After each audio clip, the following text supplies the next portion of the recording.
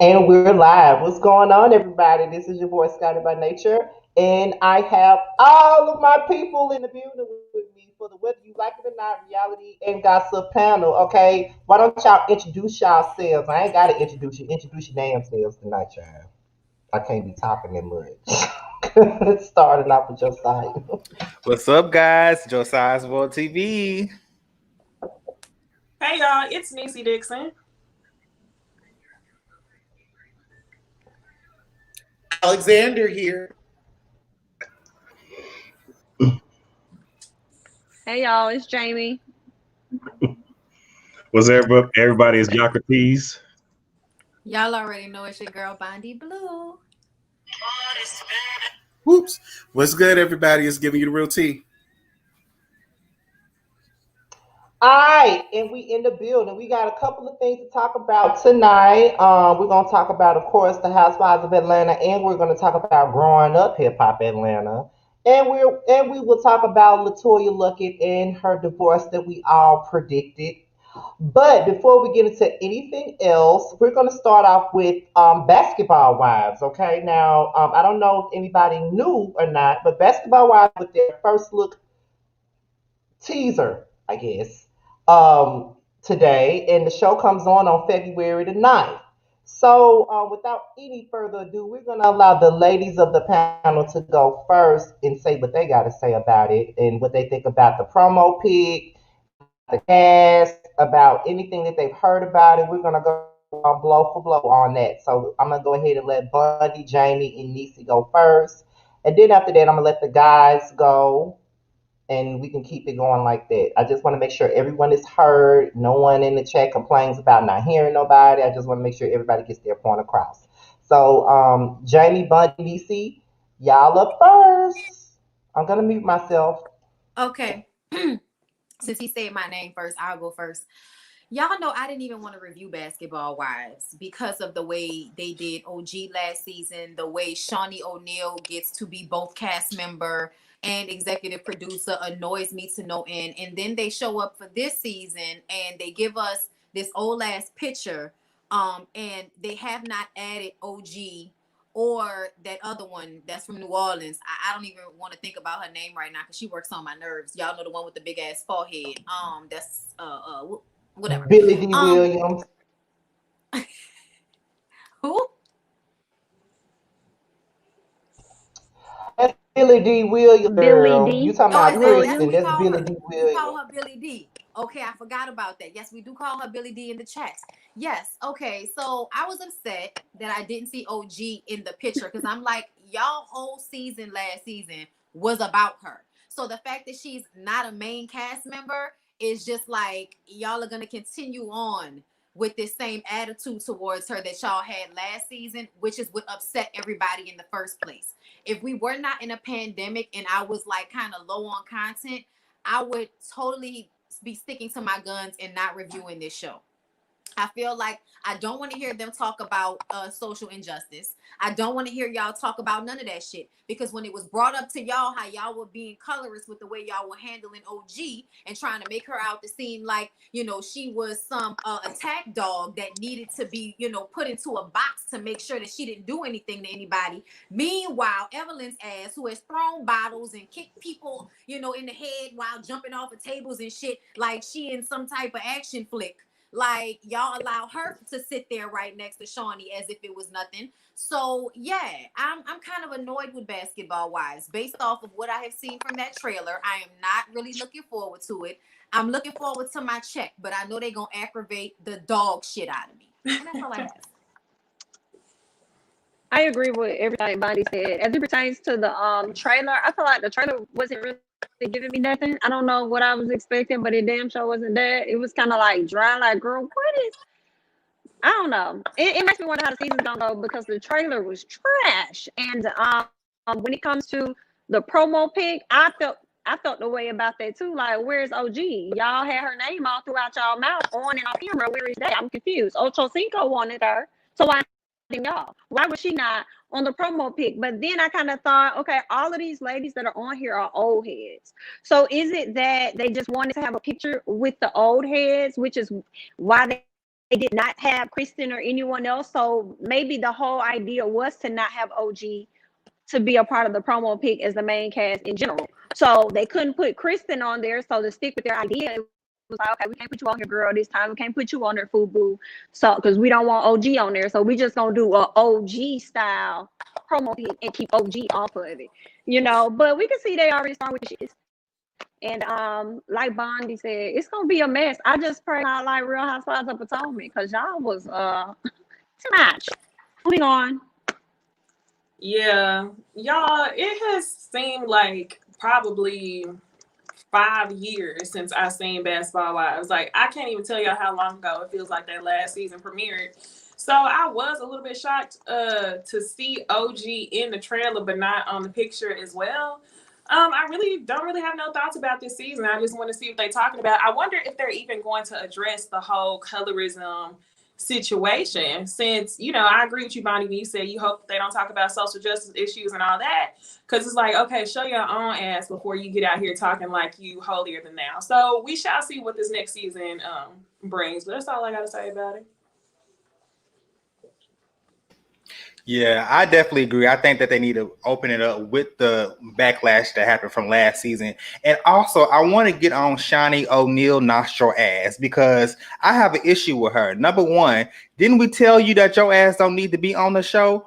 Why are you here? What are you doing? You know, and also, I think that she needs to not be on the cast, period. You make the show boring because you're biased as hell. So you make the show biased. That's it. Like, it sucks the fun out of Basketball Wives. I mean, hell, I could even deal with.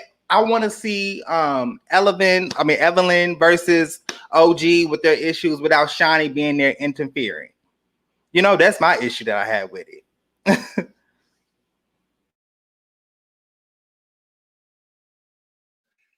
Now, I'm going to play devil's advocate for a minute here, and Bondi, I hope you remember this.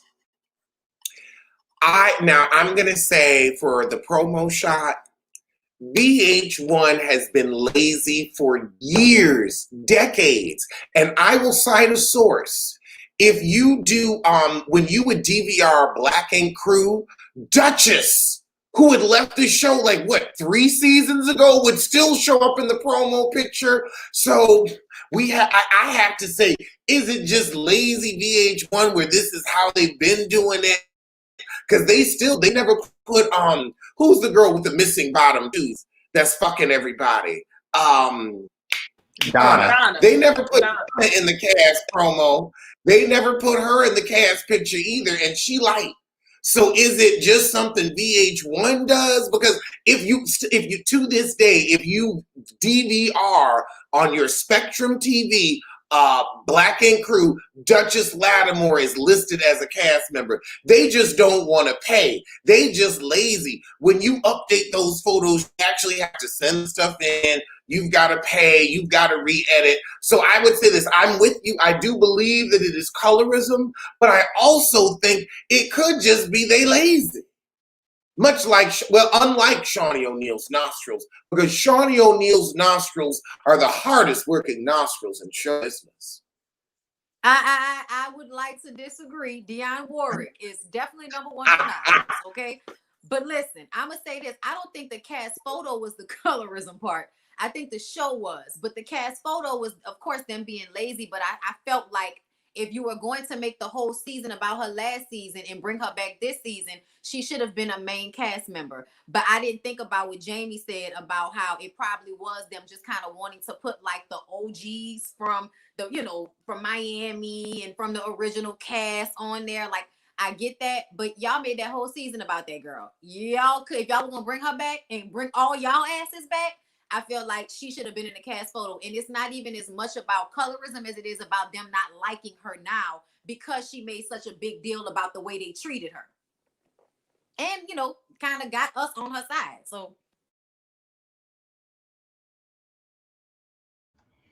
I just hope that she now has a makeup artist on her side that will not give us those bad lip colors and those overextended eyelashes. Those were her choice, and they were a poor choice. I'm sorry, your eyelash should never be so long it can hold your hair back like a barrette. That's how I feel. If you disagree, you disagree.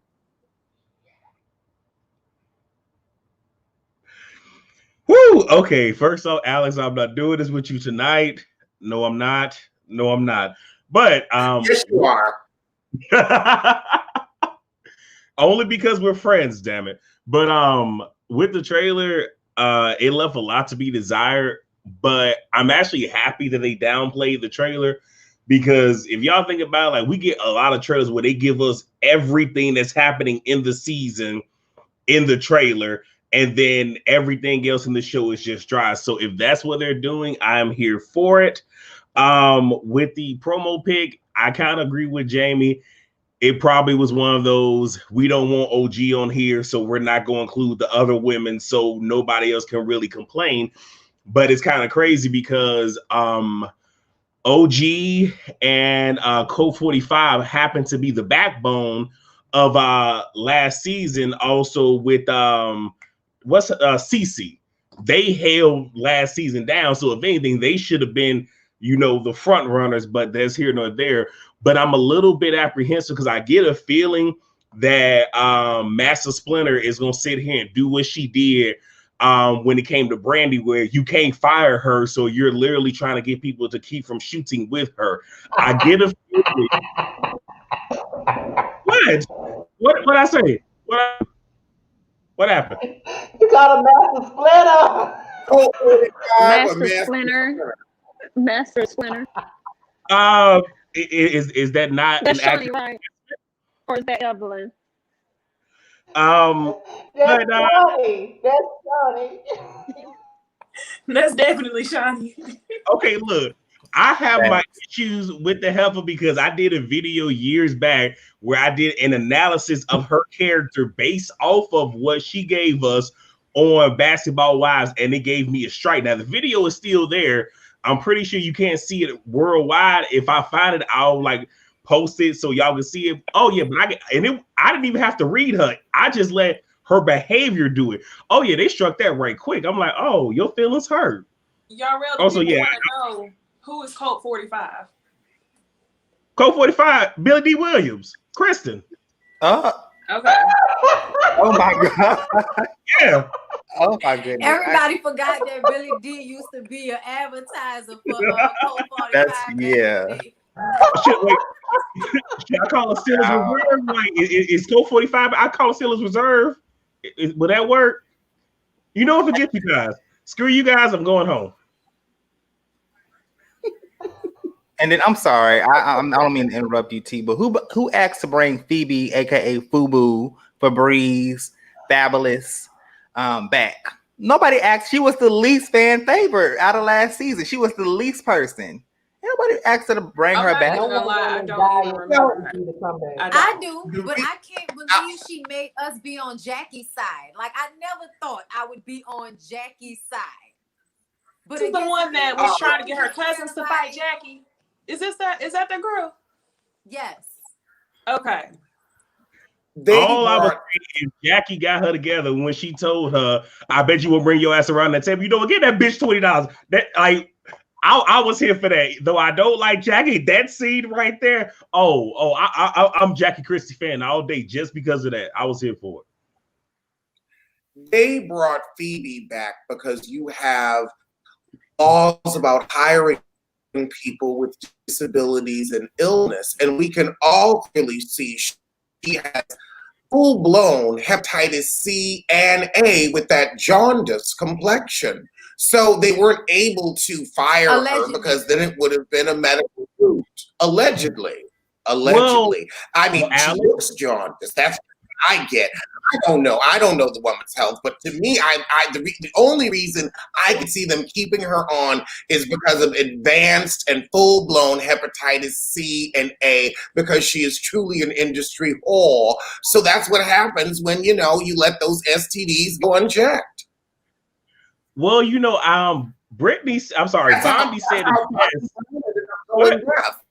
That's how Foxy Brown ended up going deaf, because of that unchecked syphilis. And Phoebe's complexion, to me, in my eye, allegedly gives me unchecked hepatitis C and A. And with both. That's what I see. I'm not sure if I'm right or not.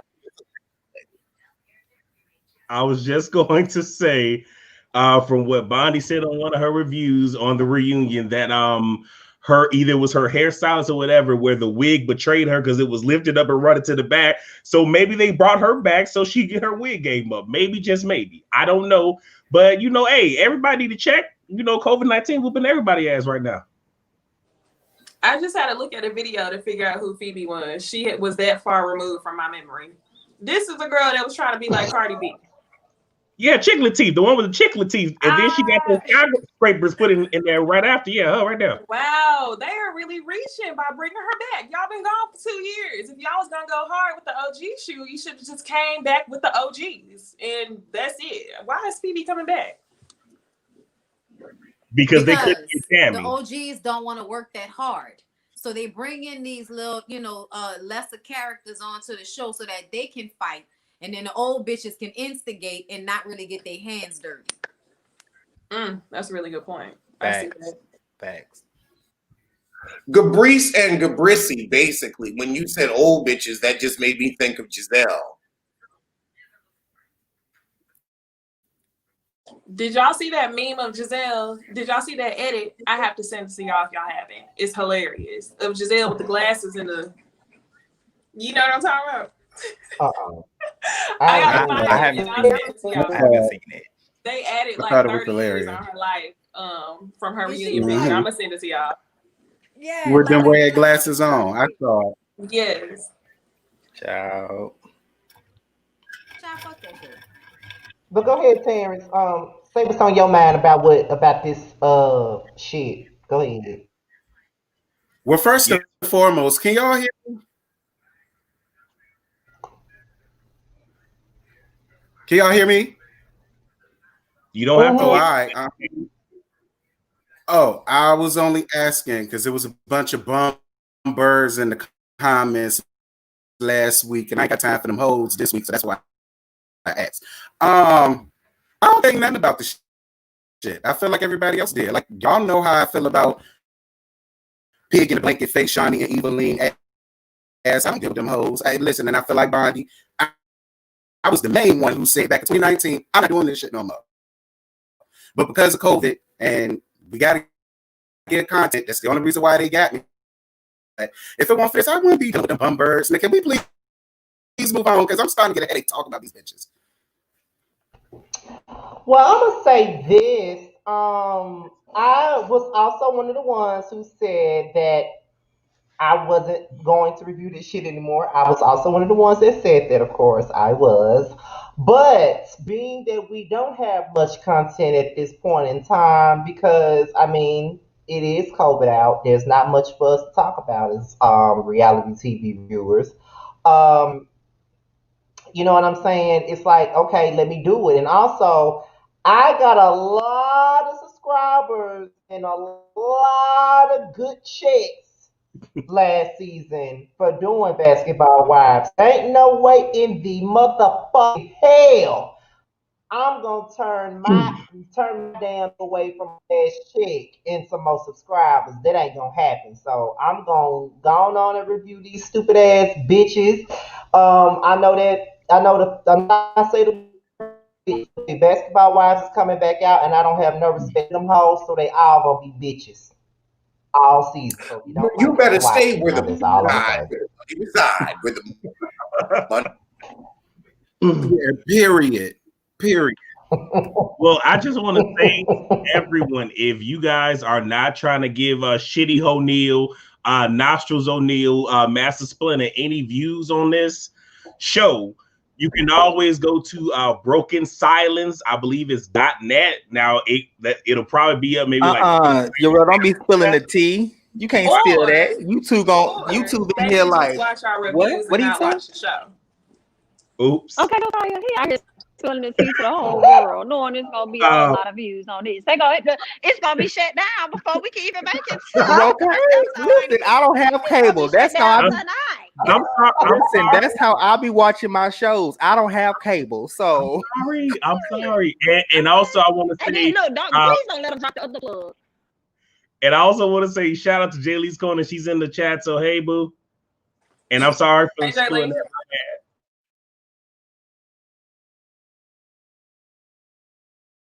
oh, and I know there's a lot of people that's asking in the comments, is British coming back? Because I've been hearing there's some things. Remember British from season 3 of LA? I'm hearing that she might be coming back, might not. I don't know. What y'all think about British being added to this? Recently, she was online blasting her baby daddy again. Y'all remember she was screaming and hollering? That was in 2020 about how he ain't never been there for their kid and blah, blah, blah, blah. And I was just like, well, wasn't he not there for you before you had a kid for him? Because he was like always out of town and you still got pregnant for him. So I just kind of feel like, bitch, you should be screaming at yourself. And all that anger and vitriol is probably towards yourself. I'm not interested in seeing her. The only reason I would want to see her is because I feel like she'll come on the show and buck against other people. But if she gonna come on and be a fucking follower, then I don't need to see her. Because I know she probably just gonna be Jackie's friend or some shit like that. Yeah. Right. But yeah, besides that, child.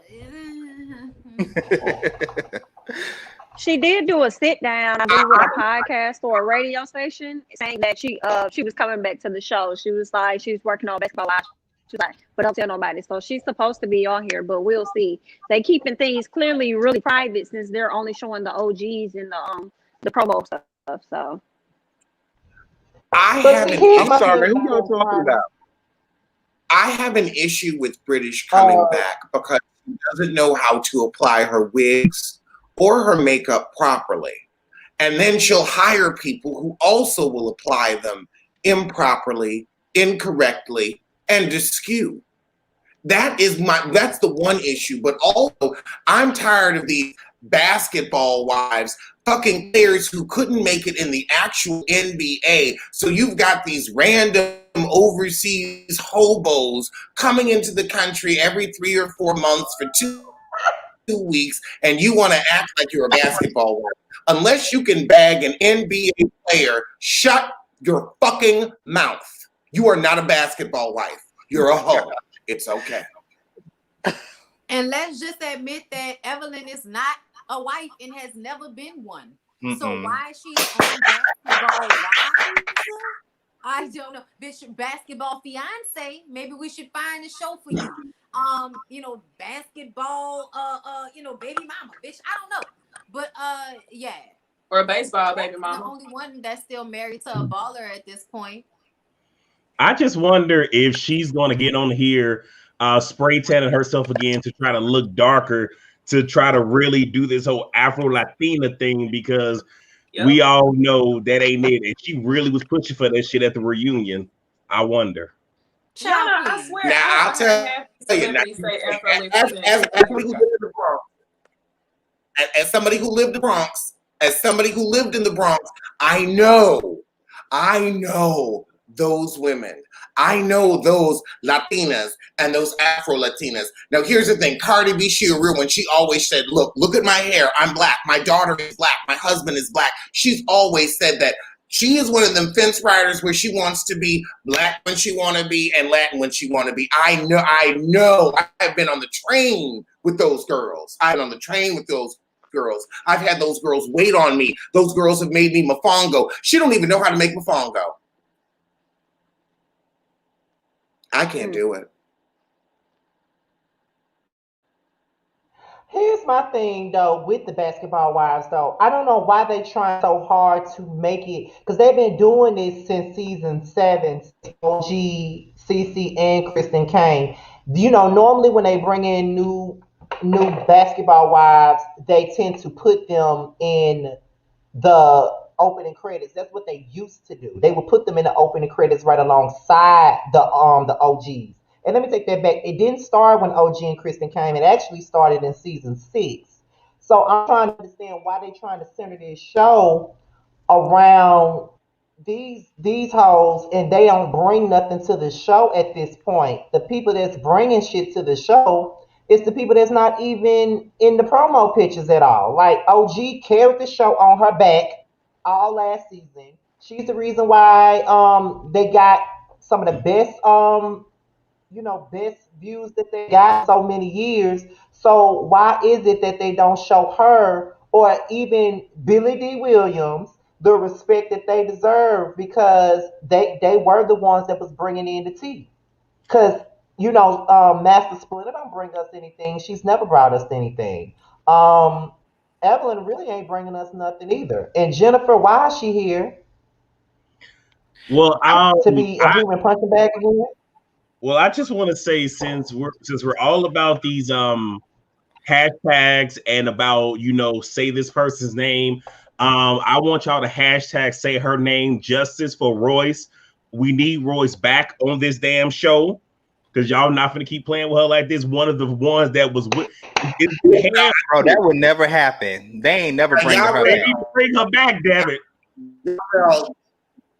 Y'all, you know why Royce Reed is not on that show, because she was involved with the wrong bottom. Let's talk about how Dwight Howard kept her off that show. Let's talk about his long booty ass. He's the reason she was not able to stay on the show. It's him. That's the thing. It's like Cordelia Stewart, honey. You get involved with the wrong bottom, shut up. That's the wrong bottom. The wrong bottom. Factual. Hey, Jay Lee's Corner. Four from Black Ink. Wrong bottom. Dwight Howard. Wrong bottom. Tyler Perry. Wrong bottom. Look at what happened with wrong bottom. That one that worked with what's that girl's name? She did the Empire and Star. Child. What's her name? Oh, you talking about Terrell Carter? No, not Sissy Smollett. Not Sissy Smollett.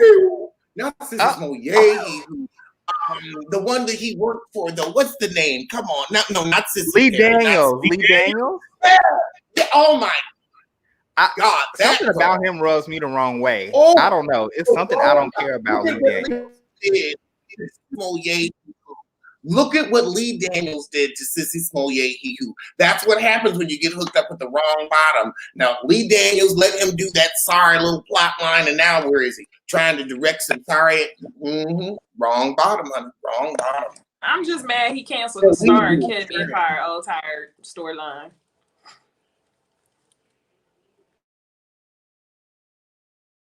Well, since JD is in the building, I want to know what your opinion is about this upcoming season of Basketball Wives. Have you seen the trailer? If so, tell me what you think about it. Tell me what you think about this raggedy ass cast. We would like to know what you think, because we know you're gonna come in with the reads. So come on with it. Let us know what's going on with it.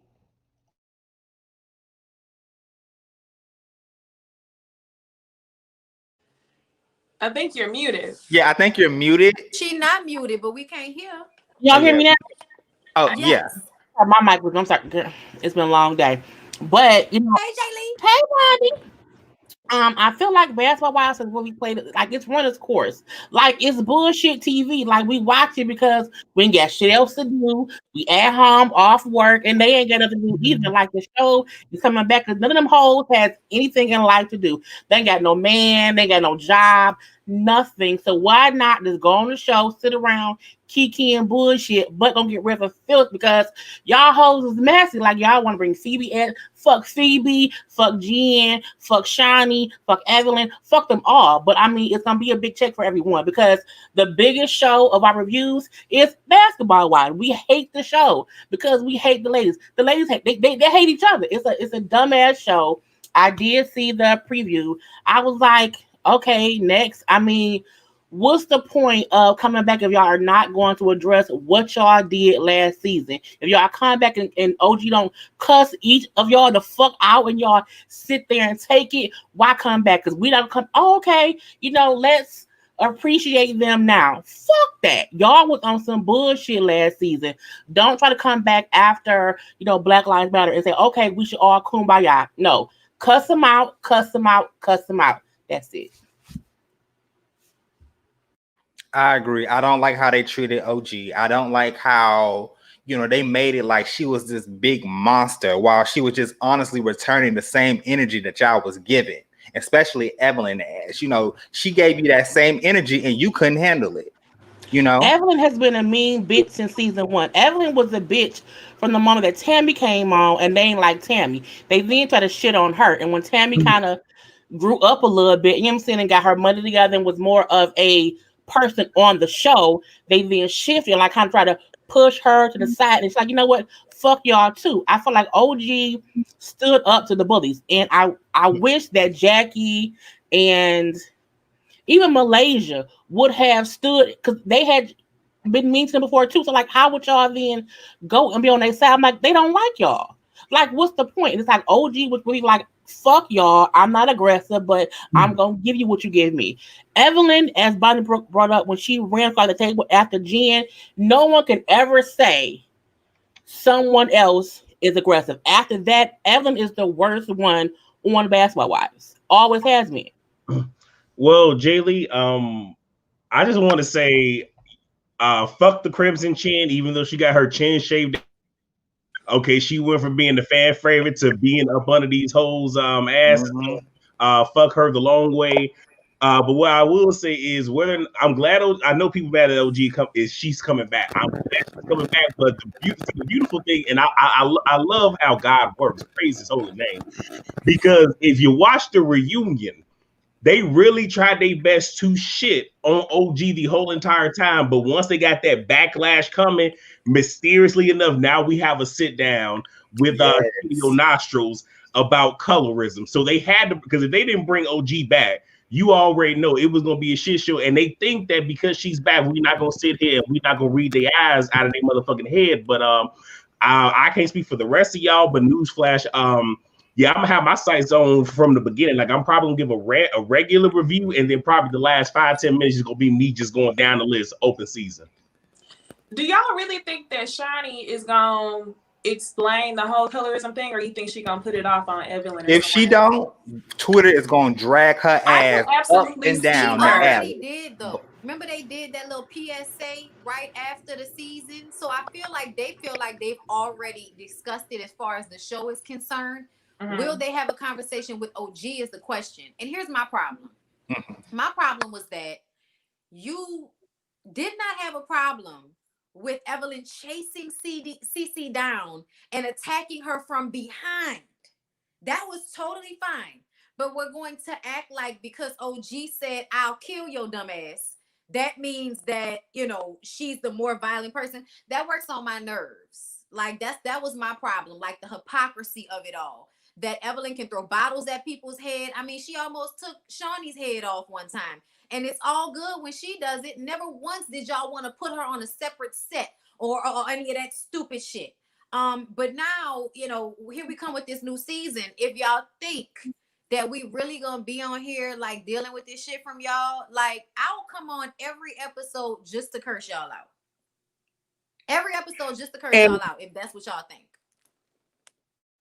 And Bondi, to expound on your point, I feel like that Evelyn and Shidio Nostril are not intelligent enough to have that conversation about colorism to meet the moment. In the words of Michelle Obama, I will quote the forever First Lady, Michelle Obama, you do not have enough emotional intelligence, enough gravitas, enough to meet the moment. Like Selena Johnson said, this moment is more pulled up than you.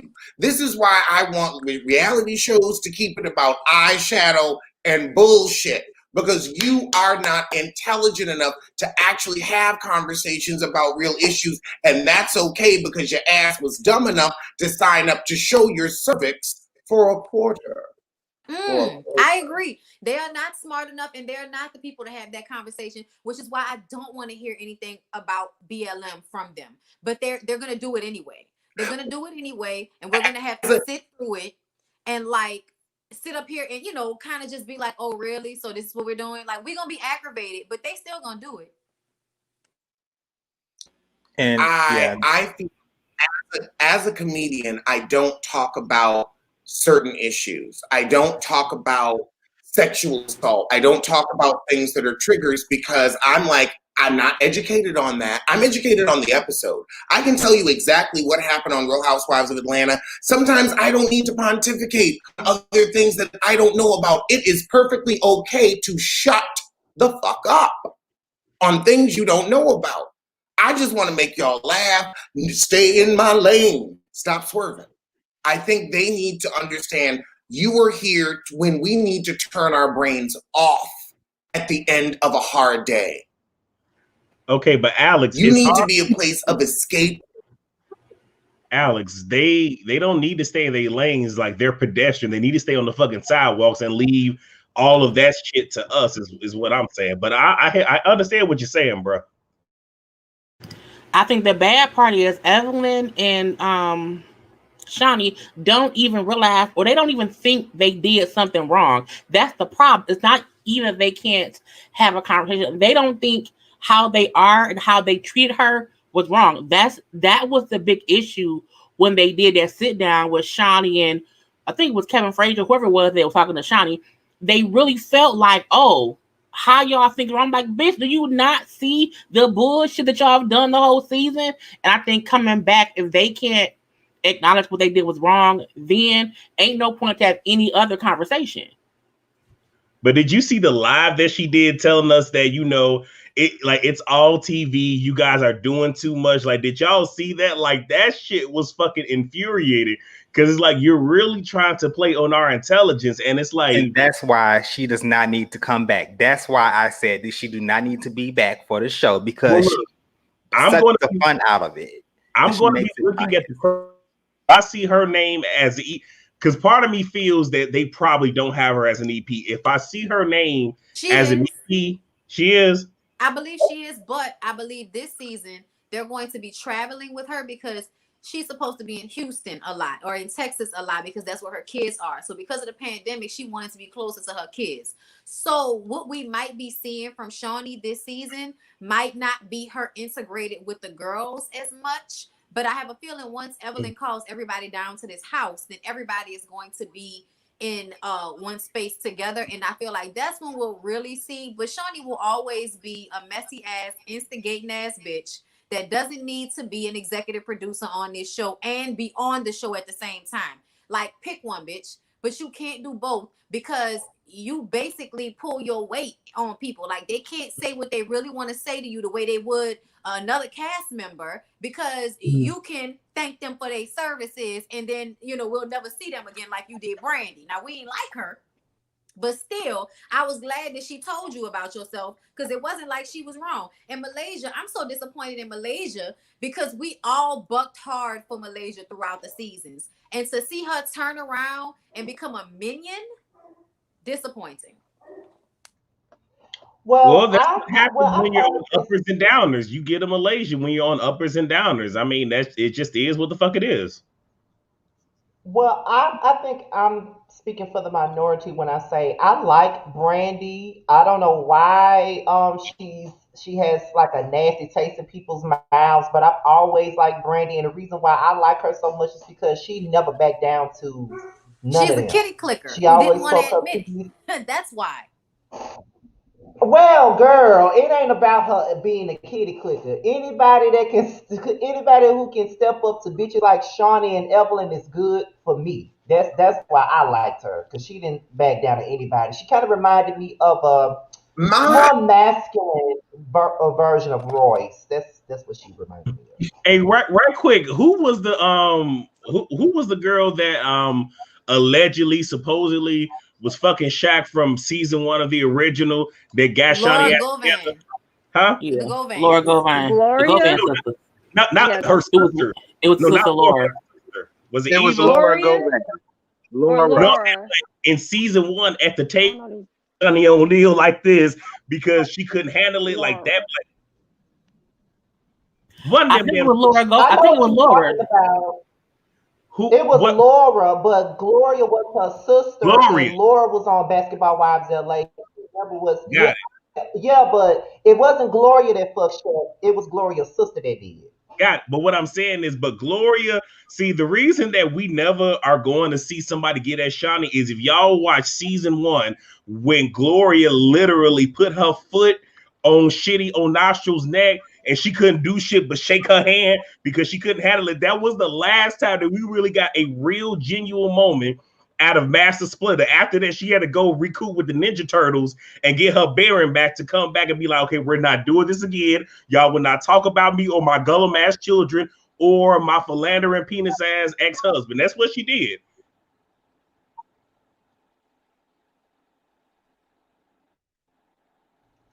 Can somebody explain Yeah, to me pretty why much. people like Brandy again? Well, let me tell you my Because I issue just with don't see it. Brandy. People like Brandy because she's a real girl, but they don't like her because of her fucked up head. Like she was trying to do that Cassie half shave thing, but if every time you get on camera you have to apply a quarter of your brown gel jar to the side of your head to get shit to stick down, maybe you should try a different style. I always called You her ain't never Brandy lied. Maxine, brown gel queen. You Never better tell lied. it. Now It's, you like, said see, it it's was just like, simple. girl, it was your product. It was nothing but just watching that shit be crisp Just and dripping cracking down. off on screen. Yes. That's I why we remember. got it. That's why I hate her. I'm like, look, girl, look, if that style isn't going to work for you, if I have to watch the brown gel crack and flake and fall on your shoulder all through the show, if It I was have terrible. to do That that, wasn't the then only maybe reason you why should find though. it. It wasn't just that. It was also she was up Malaysia's ass to a degree that was annoying to a lot of people, and also we felt like she Yeah, kept beating people over the head with her having cancer, and it kind of seemed like yeah, she was using it to get out of being the bad guy sometimes. You know what I'm saying? Like you think if you yeah, invoke sympathy out of people, then they'll forget, all of the bullshit that you be up to. Yeah, she just had moments. But she's yeah. not back. So Malaysia has to put her head up somebody's ass since there's no one to put their head up hers. What else is going on? So let me ask y'all But this: I don't see How what do the y'all feel like? How do y'all feel like they're gonna take the Kristen? Because y'all remember she did an interview where she basically said that Shawnee and Evelyn treated OG like shit. Did we forget that? So I'm curious to see how they're gonna treat her. Oh, well, Kristen, no, she's like gonna shit. look. Kristen don't matter. Kristen is Robin. Kristen is a scarecrow. Fuck Kristen. Kristen don't do They shit. Don't gonna ask shit. overlook. Nobody care about Kristen. Kristen She is gonna be very the I Yeah, forgot they she gonna was on the overlook season. her. a blanket. I don't see it for Kristen. But I just think it's gonna be really hilarious to see what side she's gonna try to get on. Cause I just got a feeling them two She's a bum bitches minion. not gonna see her. She's Kristen That's don't all do I'm for saying. Kristen. definitely a minion. And the Yeah. reason why I don't like Basketball Wives is because this is a show where I feel like every single castmate has moments where they are robbed because Shawnee is on the show. All these girls are followers. It's not really too much that really stand out besides Jackie. Jackie always going against the grain. And I really can't name too many other people. Everybody else just fall in line. So that really irks my nerves.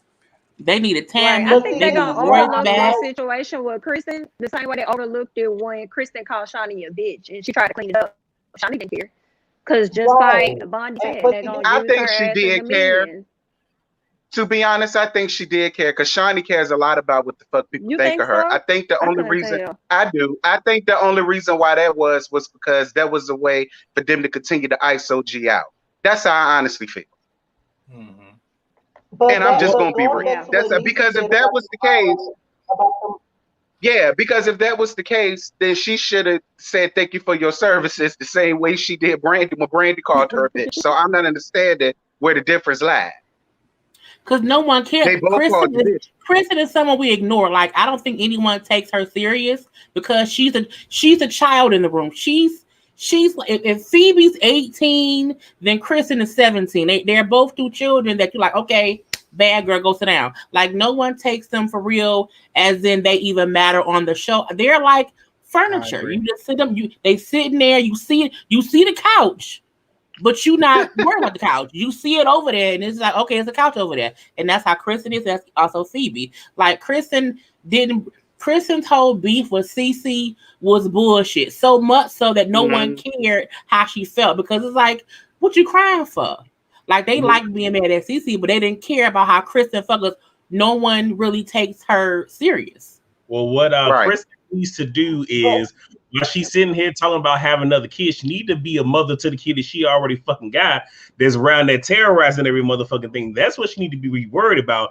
But in terms of who team she gonna be on, to quote Ashanti, she gonna be on her knees to they bloody red, trying to figure out if she can get back in Shawnee O'Neal's good graces. But for me, when it goes back to what Niecy said about them all being followers, that is the reason why. And like I said, I'm probably in the minority, but that is the reason why I like Brandy so much, because she didn't hesitate to call the people out that need to be called out. She didn't mind calling out Tammy. She didn't mind calling out Shawnee. She didn't mind calling out the people that needed to be called out. She reminded me a lot of Royce. Like it got to the point to where she called them all out, to the point to where they didn't want to film with her no more, and they did what they could to knock her the hell out the same way they did Royce. So that's why I didn't mind Brandy. And I didn't mind her talking about her having cancer. I mean, it's a part of her story. We sit up and these bitches constantly talk about the niggas they fucked and what dicks they rolled on.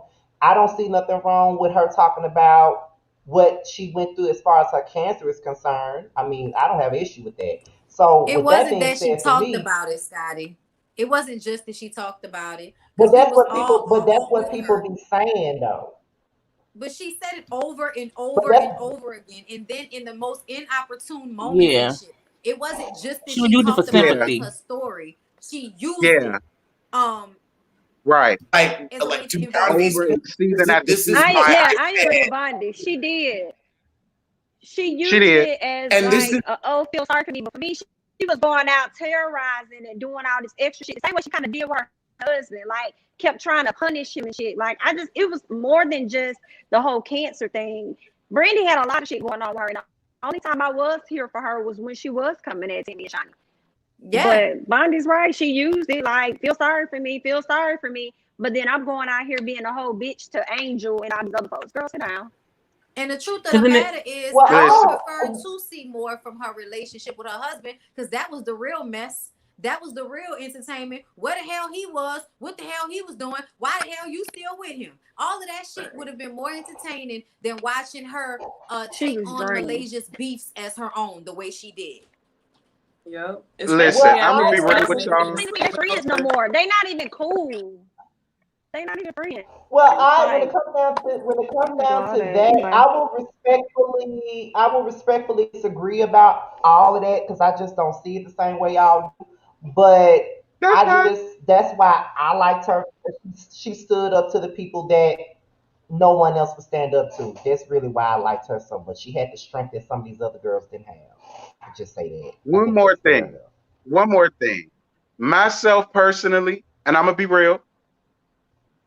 In my opinion, Evelyn is in charge of the girls, and I feel like everybody wants to get in the good graces of Evelyn. I don't even think it has anything to do with Sean, because it seemed like when Evelyn got back up here, it became her show, and Shawnee just followed her lead. That's just the way I saw it. It did. Well, because Shawnee know that Evelyn is the money, so Shawnee's going to back what Evelyn do, because people want to see Evelyn act the fool. So it's not that even Evelyn is in charge of the girls. They haven't brought anybody in there bad enough to buck with that bitch. If you bring in Royce, if you bring in Tammy, if you let them go full force at her without Shawnee breaking them down, Evelyn would be a bottom bitch, because again, you can't buck with Tammy or with Royce. But Shawnee consistently brings people on the show who she know can't handle Evelyn, who she know the other girls were then sad with Evelyn because whoever else is too weak. Not saying, well, Phoebe's weak and Kristen's weak, but I think OG was the first one who bucked back. And then they all teamed up on her. That's why Shawnee hoped that OG would not come back. I like the fact that she came back because it's like, okay, y'all try to push me out, but the world wanted me back. So guess what, bitch? I'm back. And I think when the show airs, Shani and Evelyn will see no one cares about them being OGs, them being the top tier of the women or whatever. We over that. Like, it's like that part of the show is old and tired. Absolutely. And so Evelyn has to realize no one in the real world who's in a fucking adult feels like you run shit. No, bitch, you are a bully and you haven't been bullied back. But OG, if she play it right, she can bully that bitch down her own space, was in the parking lot at where the Honda car is at, and let her be that. But fuck Child, Evelyn. listen, Evelyn don't even run her own CC household. did give it to her. CC gave it to her at the table, and she didn't know how to have that shit. I was so hip for that. I just wish that CC Listen, people stopped being intimidated by Evelyn ever since Tammy fucked her ass up. That's what people stopped being intimidated by Evelyn. Like, let's just be real. After that, everybody was just like, "Oh, that bitch ain't shit." She one of them, It I'm is. throw shit. She reminds me of your girl from Salt Lake City, Jen. They think if they throw shit and scream enough, then everybody's gonna be scared. Child, on that last episode of Salt Lake City, I was just kind of like, what's she gonna do? Like, right. what Me y'all too. scared for? Right. When she threw that glass, I was like, right. what? Yeah. Right. So, and about that, I still feel like Mary is lying. Now, a lot of people felt like Meredith and Lisa was lying about that, but in my opinion, I feel like Mary was lying about it. Oh, absolutely. I don't believe they been more told Mary that. I just don't. Me in. I'm sorry. I missed episodes. I don't even watch the show. I mean, this episode was a turning point for Salt Lake City. So, like, for real, just watch this last episode forward. Is it a season finale? No, not at all. I think it's only episode 9. Oh, okay. Mm-hmm. But it was just a good episode as far as like understanding the dynamics of the relationships. And I'm gonna just say this. Even though I don't think Mary had that conversation with them, I still feel like that's how they feel. Yep. Yeah, they don't want to shake no tables. That's all it is. But I think Mary made the assumption that they felt that way and went ahead and rolled with it. They never said it. They just don't want to get on Jen's crazy side. Girl, Jen ain't that damn crazy, because if Jen was about that life, she would go find Sharice's real wife and go and fuck her up for fucking her man and having babies by him. So that bitch ain't about that life at all. Honey.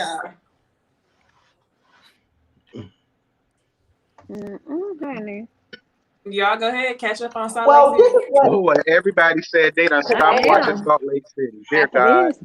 Yeah, because Can we move on to Real Housewives of Atlanta, please? We can, but let me say, let me get this out too, because I've been trying to say this for the last 5 minutes. When it come down to the Tammy thing, because Terrence mentioned Tammy, for me, Tammy is whack, because at the end of the day, Tammy wanted to be up under Evelyn and Shani from the very beginning, but most of them wanted to be up under Shani and Evelyn, and Tammy did so much to prove herself to Shani and Evelyn, and wanted to be their friend and bullying other bitches on their behalf and doing this and doing that. And it took for her to be on season 7 for her to realize and sit there with Jackie and cry to her ass about how she always tried to be seen for her. But they've never seen it for you. They've been shitting on you from the very beginning, and you're just now seeing it damn near 10 years later. And that's why I didn't really feel sorry for Tammy when she was sitting there crying to Jackie. And as much as Jackie wants to portray herself to be crazy, she want to be down with them too. I don't see why people can't see that Shani and Evelyn ain't shit. They all want to be down with them. You know what I mean? So I hear you, Scotty, but I'm gonna push back a little bit on that, just a smidgen, because I feel like most people probably would want to be down with the clique that they feel like is the in crowd. So I'm not all the way mad at Tammy for what she did, but I am upset that it took Tammy so many years to figure out that these bitches just don't like you. And it's not amount of bullying, it's not amount of cussing out, it ain't amount of fighting somebody that is ever gonna make them like you. They always viewed her as being beneath them, Shawnee O'Neal included. True, But I but think the I thing think people don't. the reason, Terrence, I think the reason that she had that quote unquote epiphany is remember when obviously what was it, LA, not LA, Miami got canceled, and then Shitty brought her ass over there, and then they brought Tammy in, and Tammy even said on the reunion to Brandy, she brought me in to save y'all motherfucking job. So I think for Tammy, her whole thing is like, I done came back to this show when I probably didn't want to. I'm sitting here doing all of this for you, Shawnee, to make sure that you continue to have this residual income. But when this bottom bitch of yours bring her ass back, now all of a sudden you want to cast the side. So I've done everything required. So I don't think it was just, I think it was just a pile up of, so you bring me back to keep this show afloat. And now that your bestie then came back, where she came off of Ayanla, and within one season, she went from being to being back to the same bullshit she was on. Like, I can understand that frustration. I understand. And I think And I it's think on the also like, difference. how do you? Oh, go ahead, Jaylee.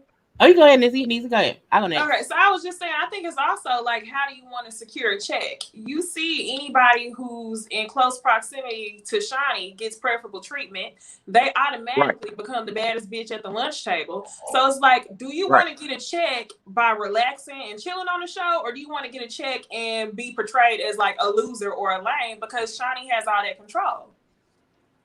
And I think also when Tammy first came on the show, we have to remember it's not the show that we know now. When Tammy first came on, that's before the show was really even as popular as it is now. So back then, it was like an honest thing of, I want to be your friend. I think it was until the seasons kept going. It had been year after year of her feeling like, okay, do they like it or not? I think it was a genuine, I want to be a friend. It wasn't until like 3 seasons in, it's like, wait a minute, they keep fucking with me. They keep fucking with me. They keep fucking with me. And then she left and then came back and they were still fucking with her. So I felt like she felt like, I have tried to be your friend and y'all keep shitting on me and now I'm done.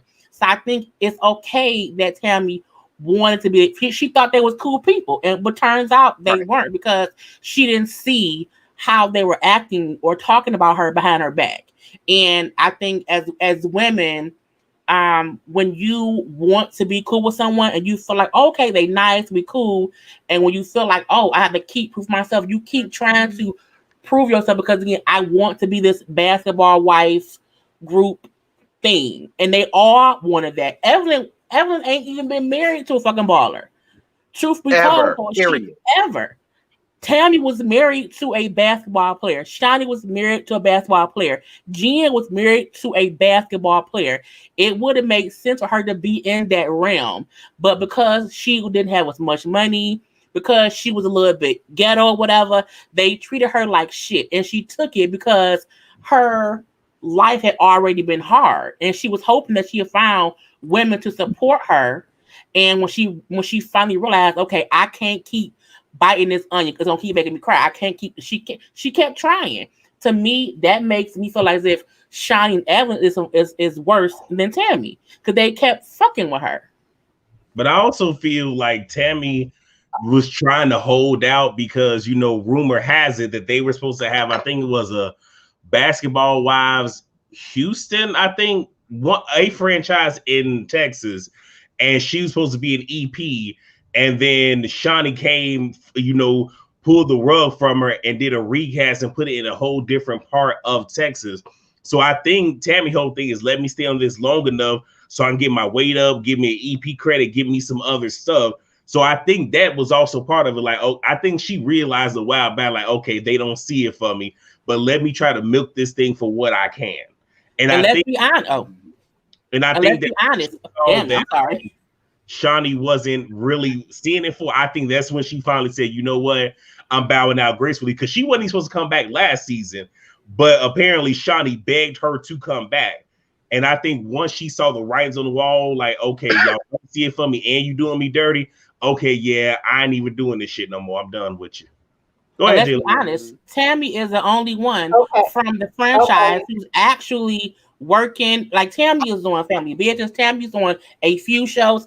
Tammy did what she should have done. She went on that show and she bit her lip and bit her lip, and now she's in the industry. Tammy don't need the show no more, but the other women do. Tammy play her ass. Tammy was a great act. I followed Tammy since the Real World. I'm that old, but I remember like season 1, Tammy with the blonde shortcut and all of that on the show. She has come so far since then.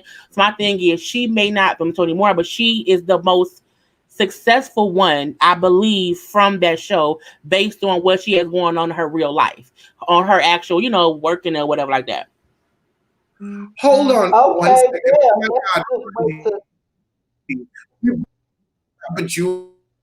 We both have jeweled accoutrement. I couldn't believe it.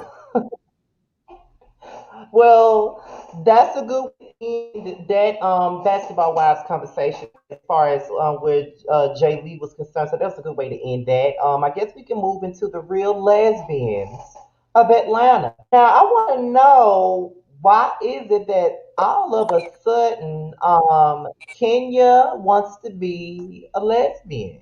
I want to know why so many, Well, so many lesbians. It ain't all of a Kenya sudden. ain't It ain't all of a sudden. Kenya has not been able to make it work with a man since birth. I mean, Kenya sometimes, here's the thing. Do you think I could She make ain't it been able work to with make a it woman? work with a woman neither, but okay. I'm just saying, do the bitch have any friends? Like Yeah. any real You friends? Can see, somebody Bondi, name I was them? going to give her some hope with a woman. I'ma just say that as far as The girl thing is, crushes that's go, the problem, though. She's like, I told Alex in his live when we was on live last week after this, that I had a little girl crush on somebody on the panel. And I feel like, if anything, that's more interesting than what these hoes talking about. Who on this Right. panel? Yes. Right. Who? Listen, in my Baby, you bought it. opinion, this ain't all of a sudden. How y'all don't This ain't know? like, No, let me wait. I tell want it. to know the T. Who? Listen, to let It's me me. tell it. Candy done had all them hoes, Phaedra and Sheree included. This ain't all of a sudden. I guess she figured me you having a gotta husband probably didn't work. So maybe if I go out here and, I'll be more interested. If Everybody gonna mute her I mic. follow mean, Alexander Rogers, because we do a great after show on Scott be Instagram faces like, Live. what? If you want to see The only you thing that heard JD, what she said. Her and her husband are a package deal. Mm-hmm. King, the only thing I want to say about it is, I just want for Kenya to tread lightly, because if y'all remember what happened to Grandmaster Zodiac, shout out to Alex over there, when she did her little spin and how it came back to bite her in the ass on season 11 reunion. I just want her to tread very, very lightly. Like, if this is your get down, hey, do you, boo boo, but don't sit here and play in our faces. That's all I'm saying. Mm-hmm. Listen, I don't like that, because I feel like Nicki Minaj did the same thing when she came out, tried to pretend like she was floating in both rivers, but wasn't really. And I felt played by that. So I would prefer for her not oh to my even God. play Felt that played. game. Felt I played. still play. Bonnie, I am so glad you Not brought fluent that at up. both rivers. I feel like I'm the only one remembers he came up. He was like, oh, you can say boobs. Oh, well, I like my boys. You breaking up. And she was all about me. I'm sorry. She was all, but Bondi, I remember Nicki Minaj being about being bisexual too. Can Remember y'all she hear was me? like boobs and shit? Y'all don't forget about Kenya is doing that same thing. She has nothing else going on, and she wants us to forget about Mark Daly and all of that foolishness. So her and Latoya gonna play like, First of all, what the fuck is wrong with Latoya? Listen, I've sent nudes, I've gotten them. I have never thought to make them a screensaver. What's wrong with her? See, that picture that Latoya got, I don't even think it's as hot as they making it. I think, for one, It's not. Kenya They're is being dramatic. lesbian for storyline, and I also think that she's carrying a whole ass thirst box. You ain't seen your husband for 10 months, so at this point, anybody could get it. Anybody standing in front of a Right. 7-Eleven can get it, because Kenya Moore is so damn thirsty. And honestly, in my opinion, that picture that she got, that wasn't really no hot and heavy nude. I think it was more something like Kenya was probably saying. I think it was an old picture of Kenya, and That Kenya was was an probably old. telling her that I need That to was an lose old weight. wooden Because her floor stomach picture. sure Kenya. don't look like that after quarantine. But y'all So remember even at the after beginning the of the baby. season, at the beginning of the season, Kenya was telling us that she needed to lose 30 pounds. And then whenever LaToya was taking pictures of her, she was saying she needed to lose some weight. So I bet she probably sent the picture to LaToya and was like, I'm trying to get back to this. And these hoes so tired and bored, they was like, we're flirting. We're lesbian. Storyline. Nisi, Nisi, the real issue that Kenya has is she just needed to buy some clothes that fit. And let me also, speaking of clothes that fit, we got to talk about clothes that fit. We got to talk about clothes that fit. Because this is something that's been in my craw for a minute. Why on earth have they not started designing clothes with the mic pack in the back? Like, put some extra fabric back here, sew in a goddamn pocket. I am sick and tired of the thing is, here's the thing, clothes are made to fit, especially couture, as you ladies are supposedly wearing. So when you pick a big, what do you think this hoodie is gonna fit like if I put this big ass bottle of water in the back? When are we going to just sew a pack in the back? When are these heifers going to get something made to order where you have a cute little thing for the mic pack? I remember way back in the day, and I'm old as fuck.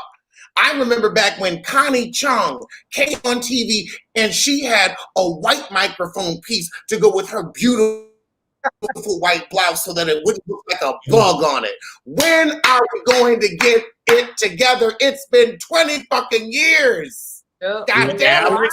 I agree. Unfortunately, to quote the resident moose who's no longer on the show, when you got the coins, they can make it for you. Not the resident moose, sir. They have the coin. I've seen rich people make this same goddamn mistake. I will tell you something. When I do my first stand-up special, you best believe I'm going to be Ralph Lauren down to the toes. And I'm going to have a pocket. Right. You 10 seasons in at this point. You can afford it. Can you more here? Child. 13 seasons or however long. And I'm talking about everybody in reality. I'm talking about white people, black people, Hispanic people, anybody who is on television, anybody, gay, straight, transgender. If you have a body and you are on television, Jesus Christ, have somebody sew in a packet for your mic pack in the back if you got the coin. I agree. Now, if you don't have the coin, but you're on fucking Real Housewives. You're 3-4 seasons in. You've got all this money. Really? Because that way your outfit would actually still fit. Because I look at a lot of these ladies, the white, black, I watch all the housewives, white, black, indifferent. This is like not racial or it's just Jesus Christ. Like you will spend all this money on a dress and then mess up the fit. Fuck up the fit. I put it again. If I put this bottle in the back, it's gonna fit. No. Where is the common sense? How is someone in 20 years thought of that? You know, and now that you bring that up, I wonder if that's what's creating this need for a larger booty because they waist to booty ratio is kind of taken away once you got that big old block in the back. So you got to get like the bigger booty to make the waist to ass ratio. I don't know. You really got to think think like Cynthia's ass look real good in that lingerie. It really did. Yeah, she looked good. It really did. She Really did. She definitely Most does. definitely. And I still don't believe that Kenya's ass is real. Oh, But Miss Kenya, no I ma'am. seen pictures of you in the 90s, bitch. This don't make no sense. Kenya's ass is definitely fake. Yeah. Her legs are so skinny. It just doesn't flow. Like it just doesn't go together. It's like, girl, no ma'am. And then when she sit down and shit, Before we get into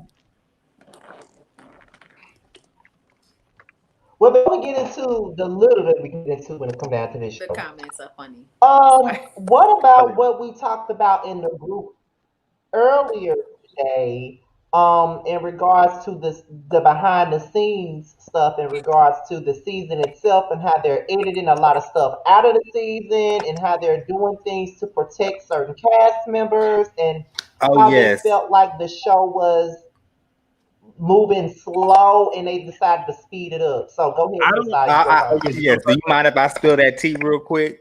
So, guys, allegedly, at that dinner scene with Cynthia's, and Mike and Chill's engagement party, there's supposed to be a whole scene versus Portia versus Latoya. Latoya and Portia get into it at the engagement party. I don't know what's been going on, but they're trying to speed up the season to get to Strippergate. So this has been a lot of missing scenes that was shown that was missing out on the TV show, such as more scenes with Drew, because what I'm hearing is even more bullshit between her and her husband. It's also more drama scenes between Toya coming at Drew's and Portia's neck. I mean, and golly, like we already seeing Latoya in a bad light. So Listen, imagine what we see behind the scenes, what I she's would have talking about. preferred that over watching Riley's nose for 20 minutes at the Absolutely. beginning and the end. We Oh didn't my need that. Absolutely. And gosh. I them feel trying to so teach her uncomfortable. how to clean her damn bathroom and all the rest of that shit. And Like then the whoever's montage is what really took responsible me for the fuck that, out. The montage. listen, The Yeah, I montage can't when believe she it. was who's a baby and had that nose the whole time. And then we dissolve up This to whole new this Riley nose. with the nose. I feel like it almost makes her look bigger because the Yes. nose takes up less Yes. space on her Yes. on her face. So it makes her face look bigger. And I was just like, this was not the move or the way, Sway. right, Like, I really right, hope that Todd is the deciding factor in how Candy is allowed to parent Blaze. Because I feel like a right, lot of the things that are problematic about Riley, her not knowing how to clean up and take care of herself, and his fucking nose job is because Todd can't say you're doing too much because right. that's not his kid. So I have hope for Blaze and Ace, because child Candy spoiled the absolute dog shit out of Riley, and I didn't need that for 20 minutes. I would have preferred to see Portia Right, and Latoya get into it right. versus watching Ace. Absolutely. She went to school. We didn't need to see all that. Right. Yeah. Well, I'm And gonna. whoever's I responsible for doing that shit, they need the gas chamber. Because that's the reason why this season is so tied and delayed now. They need the well, gas chamber, strap it to the gurney, and that's how I feel. I don't think that they're necessarily trying to protect certain women. I think what it is with them taking that 1 week off to not give us Atlanta. I think this is Andy trying to sit here and restructure some of what we're getting, because he's already under fire and people still ain't let up off of him, just yet. So I'm not saying that they're not trying to get to the whole Strippergate thing, but I think they're trying to go back and re-edit some of these scenes to keep it to where when we get to the reunion that Andy not in a kerfuffle like he was this past reunion. I can see that. Yeah, but But the even show about the is so strip, boring. even It's about the stripper dumb. thing. Yeah, even about the stripper thing, I don't really think I care about that no more, because that's all we was talking about even before it came out. Like, I got so much information on that. I honestly just don't care about that no more. Right. We But it already doesn't. know what's gonna happen. Tanya I feel gonna like quit. She don't want to be shown. Yep. This, that, and Yep. this. Like, we already know. We know the outcome. Like, And they I think they ruined it want for to us. show. The actual party. That's all I want to see. I actually want to see Yeah, the that's party it. and what happened and the stripper and what the energy was like before and after. Because to me, I think it's amazing, that Kenya and Latoya are doing this fake, gay for pay Right. situation. But then Kenya's the first person to want to put somebody on blast because she heard moans and shit.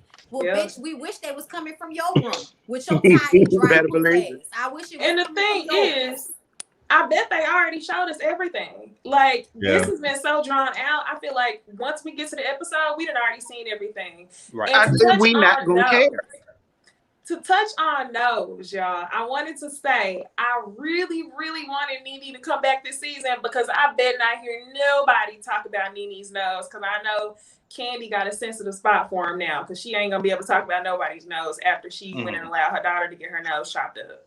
Well, since you brought up Nene and somebody else in the comments actually brought her up, I just want to say this.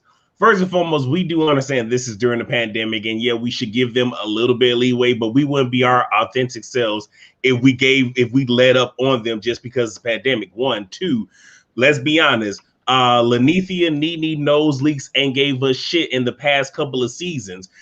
What we could have gotten from her is what happened with Greg and his family. Because we saw that for one glimpse of the season, ain't seen shit since. What about one of your children allegedly raping someone? What about your eldest child being a deadbeat ass motherfucking daddy? What about you beefing with the baby mama on social media? There's a lot that they're not going to talk about.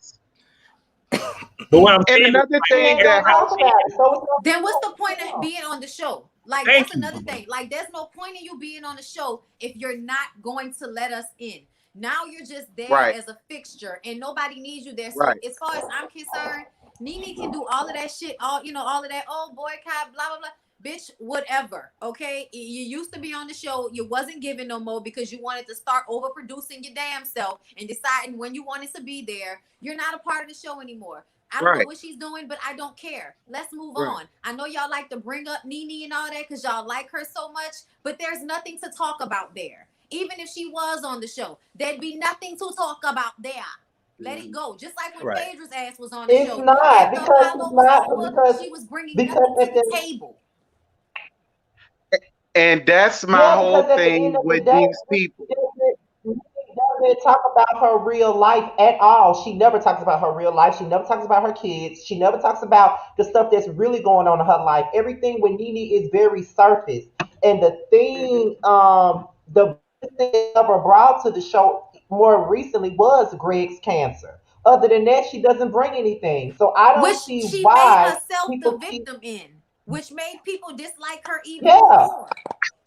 Like, but listen, this is my whole thing. I don't want to hear how hard this is for you. Like, what I don't get and understand is why everybody's whole thing when the show gets stale, everybody think is bring back Nene, bring back Phaedra, bring back this person. Like, why? Why are we stepping backwards? For what? For what? Why are we stepping? Why is that everybody go to? Bring. And Phaedra is always a step backwards because you got on TV and you wanted to read Kenya Moore for going to a sperm bank and not knowing who her kid's father would be. But you're out here with 2 kids by a 2-time felon that your mama's watching while you're running around on TV pretending to for pennies on the dollar. Now, What she say now? That's my point. Exactly. That's how I feel about that. That's exactly how I feel. I don't understand why people act like Phaedra needs to come back. And this is just beyond the fact that I don't like Phaedra. I despise her. I detest everything about her. I think she's a lying ass bitch. I don't see why she needs to come back. But besides all of that, Phaedra is not honest either. She doesn't show most of her life either. She's very surface too, and she's shown how much of a big liar she is. And not only is she a big ass liar, she's a fucking what's the word?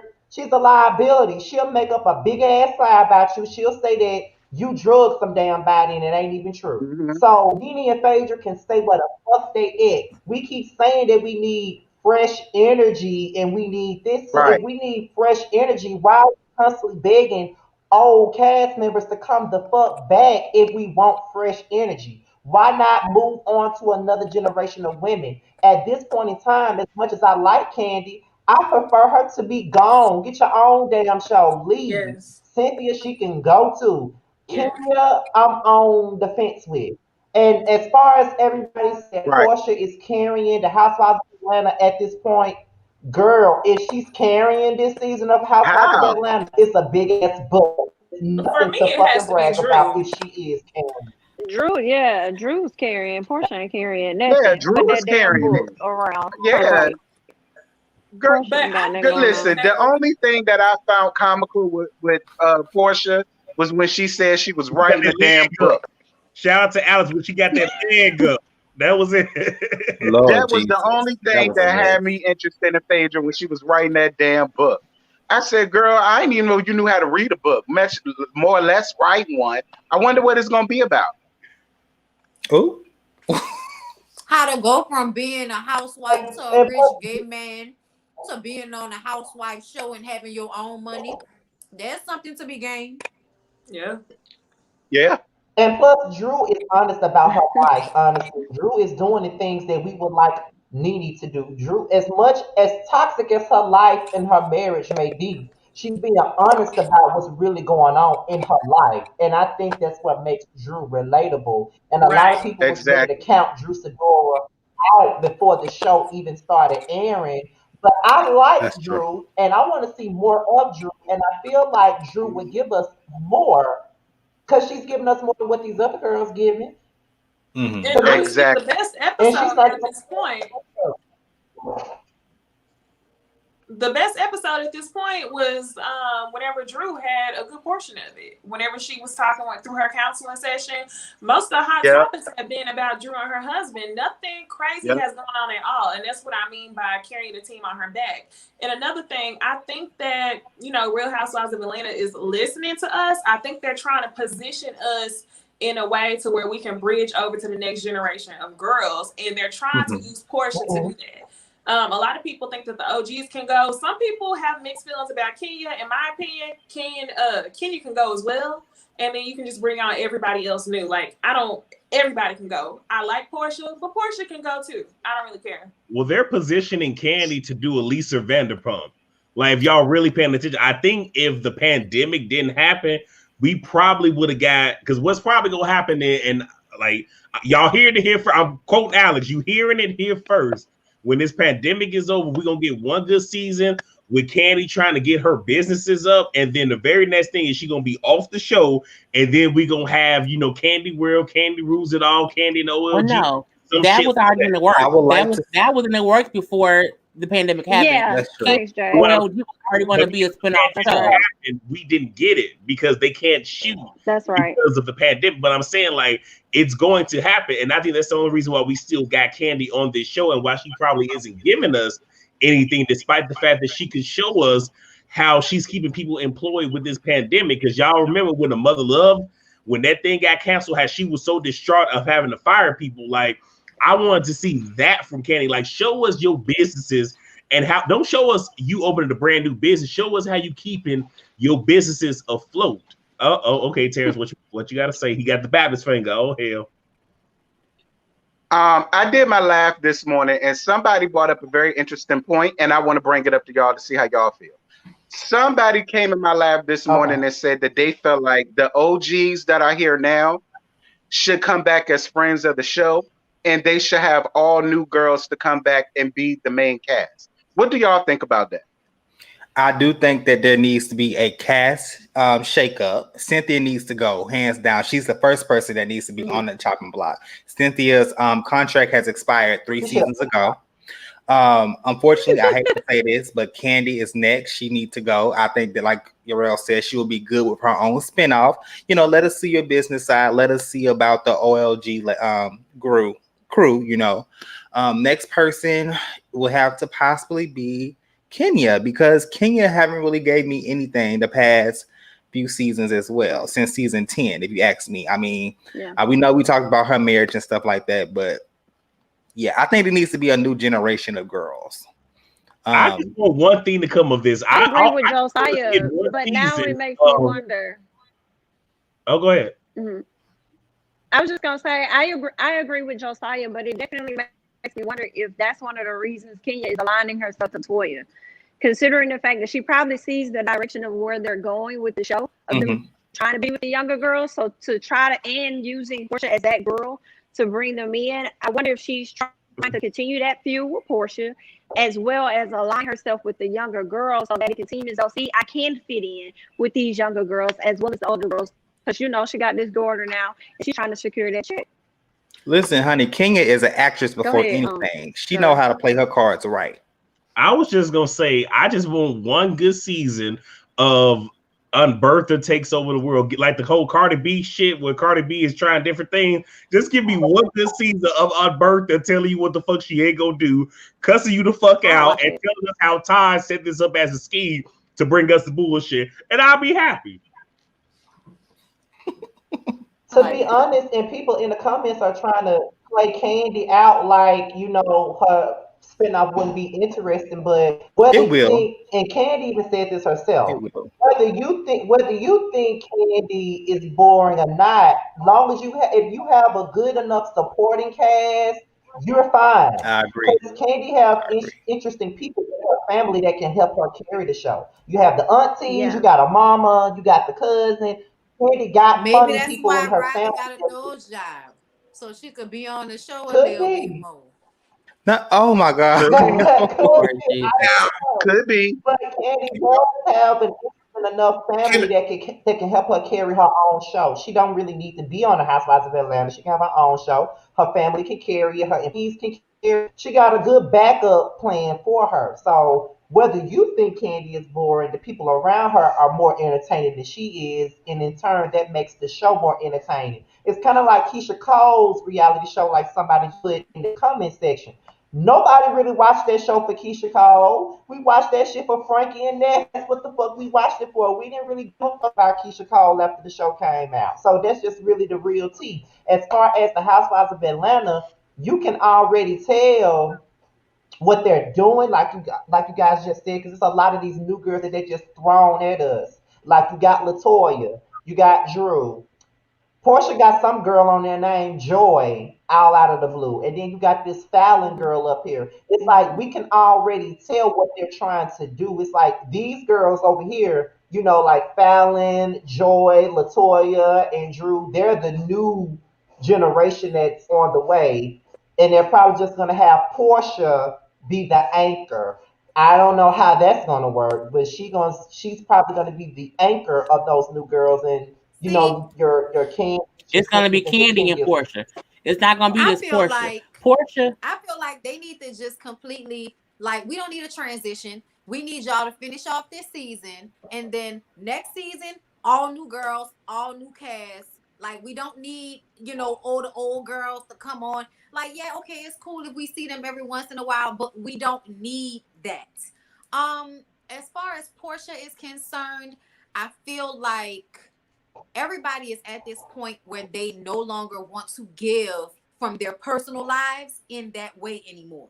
Everybody has raised their tax bracket. Everybody got their money. They got their celebrity, and they no longer want Right. to give pieces of themselves to the audience in that way, which I can't exactly blame them for, because I get it. Like, the whole situation with Dennis has been a lot for Portia specifically, but I feel like that's the entertaining part of whatever's going on with you and your baby daddy, and you not letting us in on that, just telling us we're not together. Oh, now we back together. Oh, we're not together. I'm doing it for PJ. Like, all of that shit. Like, I feel like if we're not gonna get the deets on what's actually happening, she can go too. Everybody, Right. give I me Right. think this got to do with that Waffle House situation. It's around that time.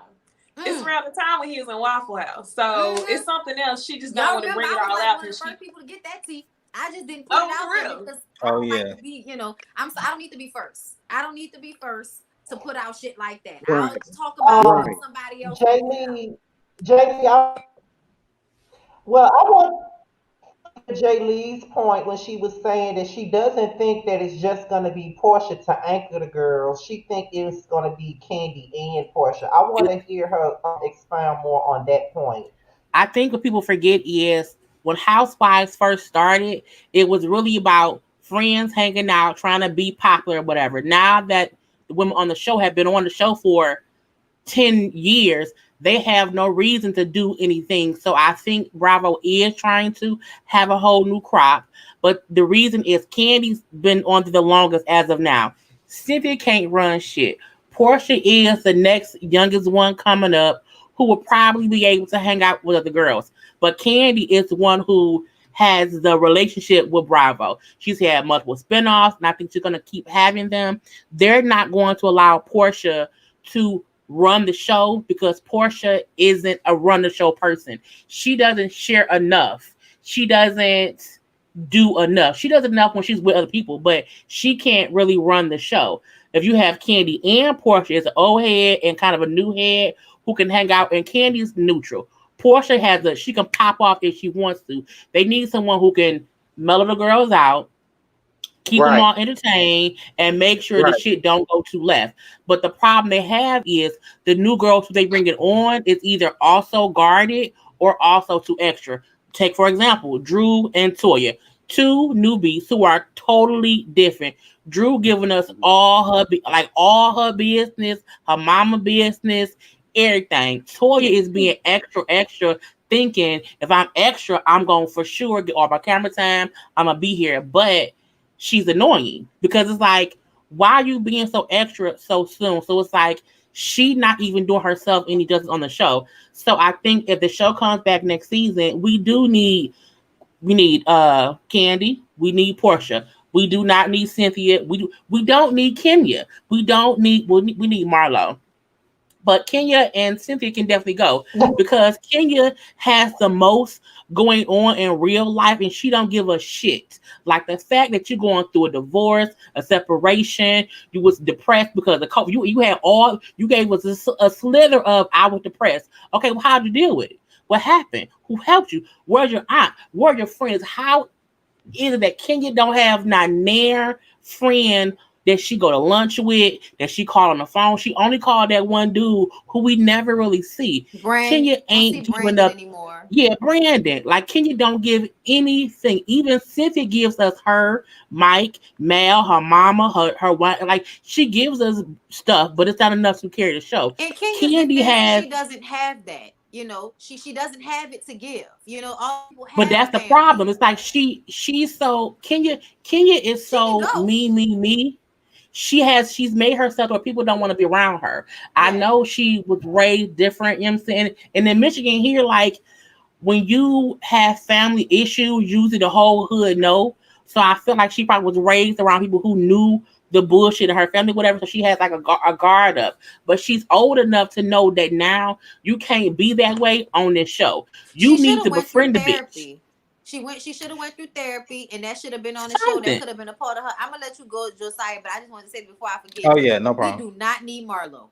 I know y'all think we do, but we don't. Yeah, we don't need We not can to call replace her Marlo. with somebody else that know how to I don't talk want her as a main. less. We don't I don't need want not to Marlo as call Marlo. I agree. honestly, I don't want her as a main. I feel like Marlo is sprinkled I'm throughout the tickled. show. She I can don't go mind a too. sprinkle of Marlo. Without Like if she Nene, left, I there's wouldn't no care. reason for her to be there.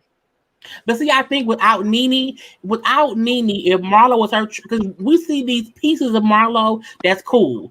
But then she gets shady, and it's like, okay, that's Nene's bestie. Like I think if Marlo played her cards better and wasn't trying to be the fashionista, I'm not gonna see my money come from. Like she needed to loosen up like 2-3 seasons ago, and then she would have had when people like her. But she stayed too closed off because again, I don't have to give y'all shit because no one on the show gives shit. No one on the show for the past 4 or 5 seasons gives too much. I think the only reason that Nene was that she left was because she was getting paid the most and doing the least. And she was also forever beefing with somebody. It's like, you know what? She can go. I think Marlo should have read the write on the wall. And when Nene was on her way out, she should have been a little bit nicer and been a little bit softer to be like, okay, she can kind of be a friend of the show. Marlo was not even really a friend of the show now. She's like an associate of an associate because she's an associate of Nene who ain't even on the show anymore. Right.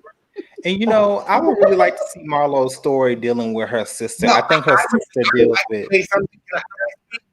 Mhm. Oh, go Oh, ahead. I'm sorry. I just wanted to say something. Oh no, it's fine. I just like the weird thing with this is you don't want to talk over people, but you never know you're talking over people Yeah, because it's that like same. 10-second delay and it's a mess. Yeah. So that's why I'm always trying to raise my hand.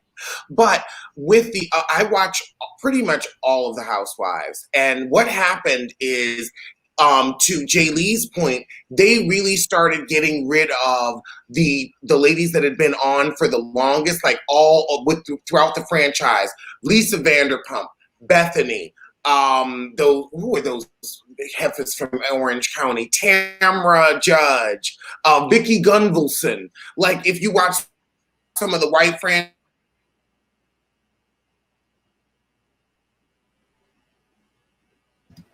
You froze, What Alex. happened? He froze. You froze You out. froze. Damn, he was right in the middle of saying Oh, something.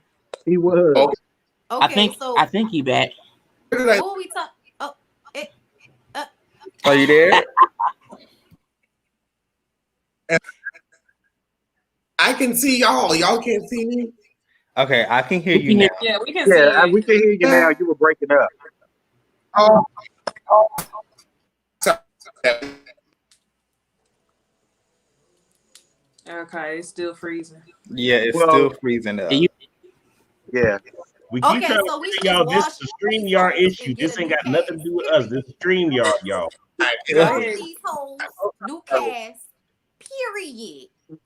Okay. One thing though, one thing. Let me ask y'all this: do y'all think Latoya would have been a lot more interesting and a lot less messy and childish and idiotic and simple-minded if Damn. she was able to like have her ex-husband shown or her children shown or something like that? Like, do y'all think like if she was able to do that, do y'all think that she would be this catty and childish, or do y'all think that this is just her and this is what she would have gave whether she was able to give her real life or not? well, see, I that's the think thing. No, we don't know her, so no one knows how else she would be. It'd be Right. different if this is her second season and we had seen her with her husband first, and then was like, okay, now she different. She came in on some bullshit. She came in extra. So I feel like if that's how you came in, you made the choice to put this person or this aura of yourself on TV. So I can't see you no other way. You may be completely different at home, but you did this yourself. So I feel like I don't even care to see her with a husband because I'm like, you probably still aggravating because that's just, you know what I'm saying? That's what you gave us from the I and, beginning. and you I know what? honestly think Latoya that reminded me of Kenya when she came in on season 5. Remember when Kenya first came in on season 5, she showed her ass telling people to escort him, getting security out on Cynthia's events, twirling all, going with the wind, fabulous, cutting up, wearing. This woman showed up with a diaper, with facial On thingy her to a ass. charity event. She showed her ass. Latoya reminds me of that because she comes off so strong and dislikable. So I do feel as if Latoya could possibly be the new generation Kenya. And I can only imagine if they showed more scenes, because they did film scenes with her, if they showed more scenes, what she would be like on TV. See, what Yeah, as because much she as was I can't, supposed to hold the piece from the very beginning. what'd you say, Scotty? I said she was supposed to hold a peach from the very beginning. That people don't understand because when she came into the season, she was a peach holder. They took a peach at the very last minute. So that's why you see her. That's why when you see people on Twitter and they say, "Oh, I'm tired of seeing Toya. She's supposed to be a friend." We see her on every episode. You see her on every episode because she came into this shit with a peach. That's what her and Drew was supposed to be peach holders, but her husband, oh no, y'all not gonna see my kids. I don't want to be on the show. That's why she not holding one. So this what she's giving, regardless if she had a peach or not. Go ahead, Niecy, and So, then Uriel. Josiah, you mentioned that she is like Kenya, and I felt the same way. But the difference between her and Kenya is that Kenya came in not really knowing nobody and was still standing in her messy shit. She Oh, still true. was messy and ended up getting friends along the way. Whereas I don't know enough about Latoya to know if she would be this messy if she didn't have Kenya to confide in. She give me real pick me energy, and she really doesn't seem like she could stand on her own 2 feet. So that's something I would have to see. Cause didn't she start off as Candy's friend and then transition to Kenya's friend? So it's She like did. definitely Yeah, yeah, she pick did. me, whoever likes me the Yeah. most, I'm gonna be your friend to the show. Yeah. Girl, Because Candy whatever. has Well, said I see, that want her that's her, why book and I asked Drew. she the had been on the question. show before with Candy. I was just going to say that I think what it is yes, her husband did say you're not going to have us on here, but part of me thinks that she probably didn't film any of those scenes. So I guess what she was probably trying to do was trying to play herself up in all these other scenes to secure the piece because she wasn't going to be able to give all of what she wanted to. So I think it was let me compensate for not being able to show my family, my husband, my kids. Right. So I think that's what it was. And it's coming off and it's leaving a sour taste in people's mouth because it is coming off as being desperate and being extra for no apparent reason. Mm-hmm. Okay, I just wanted y'all opinion. That's why I asked the question. I wanted to know. And I think she would, yeah, I think she would still be the same person on a with her family or without her family, because Candy already told us that that's how she is. What you see with her is what you get. So I definitely believe that's what she was gonna be doing the most. In regards to what happened on the episode, what really happened? Nothing. What you mean? At all. Well, I guess I don't know the if we whole really thing have with anything. Riley Lee, I think the main part of the episode was the dinner, and then Portia's conversation about her daddy. But I feel like the dinner kind of still fell flat because it was like one, Cynthia and Mike didn't even realize it was for them, so that was like, okay, that was bullshit. And then because it's like you didn't get the whole surprise part of it, even though once they realized that it was a good moment, but I feel like Kenya didn't properly plan a surprise. I feel like if you wanted Cynthia to be the one, coming last, why not have someone with her making her late, Right. because you know that you Right. don't want her there. I feel like Kenya wanted this to be a party for her, and it was more for Right. her than Cynthia. Yeah, it said chill, but the whole even Lauren speech she would have been gave, a perfect person to ask, because Lauren knew how to throw a surprise birthday party. I mean, a yeah, surprise party, bitch. Because Right. she for did. the person. I mean, but she And said that, JD.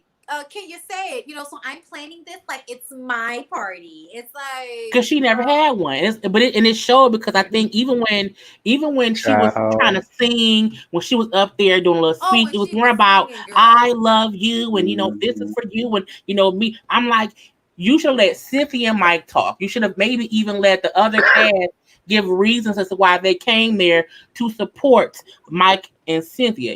I felt like Kenya really did make it about herself. Even when she asked Portia about the doll, why ask her that here? Like, what was the You point of making it that? about Right. yourself again. Yeah. This is why Lauren didn't want to invite you, bitch. Mhm. That's exactly Right. why. That's the whole thing. And I feel like the reason that she sent Toya that picture was because when Toya came in and sat down, hey, look at, I'm like, why would you pull up a naked picture of Kenya at And why Mike did and she not Cynthia's flip out? dinner? Why didn't she flip Because out on she's this the phone call? Because she producer. She planned was it. up an hour and a half late. Let's give a list. Latoya is the producer's puppet. Let's give a list about what Kenya doesn't have. Kenya came here, she didn't have a mama. She couldn't find a man. She couldn't get an acting career. The only thing she has is that title from 1991 with that off-brand Miss America. That's And the her only great thing Kenya contacts. has. Don't forget about So her great contacts. That's all she got. And when now she got her beautiful little no, baby. I saw her in We real ain't life. even seen the baby that much. I'm like, bitch, where's the baby? Like, help us like you a little bit. Where's the Right. baby? Bondi, I saw her in real life. Those are her real eyes. It's not contacts. I saw her in real life. It was true. Oh my gosh. What you mean they real? How you know? I met her at BravoCon. I've got a picture. How you know contacts not? They made Because her contact it's black people. You can look at black people and see either they're their real eyes or their contacts. Like you can't fake that. I'll give it to her. She's a beautiful woman at the end of the day. So I'll just say all she have is her looks. And child, some days she don't even have those. Okay, So, Bondi, can we at least let Alex have this moment of saying something nice and positive about Kenya? Because we don't get this often. Can we just like Y'all will. I agree. Would Kenya let anybody else have that moment? That's the question. Okay. Hell no. Find him. Right. What are we talking about here? oh, Listen. why everybody want check? Hold up. Let me say this. Because we was talking about that scene. Portia and Candy singing was so funny to me, and in my favorite part of the whole fucking episode, and everybody would be like, oh no, my favorite part was when Ace was crying about why is your favorite part the part where the baby crying about missing Riley and her nose? Why is that your favorite part? Why that was my favorite part. I ain't gonna lie. That was my favorite part too. Tell me why. I ain't gonna lie. I mean, Because that was the most entertaining part. It was the most Genuine. Yeah, it was genuine. That was the most entertaining part. moment. The Genuine most moment. genuine moment. Okay, Now every I blame it Now, on okay, Portia again, saying Netflix and chill took me the fuck out. I'm sorry. It was I, cute. I, That The was I cute. funniest I part to enjoyed that. me, the Baby everybody, H funniest got part more to sense me, than everybody. Oh, and the Vicky, everybody, funniest part to everybody me, in the comments is saying that those are contacts. She has the same eyes as Giselle, dead ass. Because here's the thing.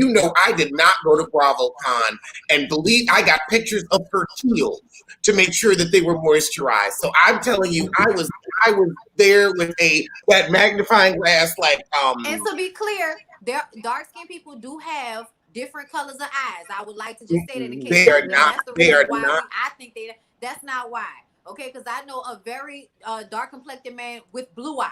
So that's not the that's funny, not what any of this is the about. I can go funniest part somebody to show me, south with that. Oh, in the the words of Dominique Devereaux, I went there to check out in the flesh what I heard so much about. So believe me, I had that damn magnifying glass, and I was looking over everything. Those were her eyes. Those were her We'll give true it to you. natural eyes.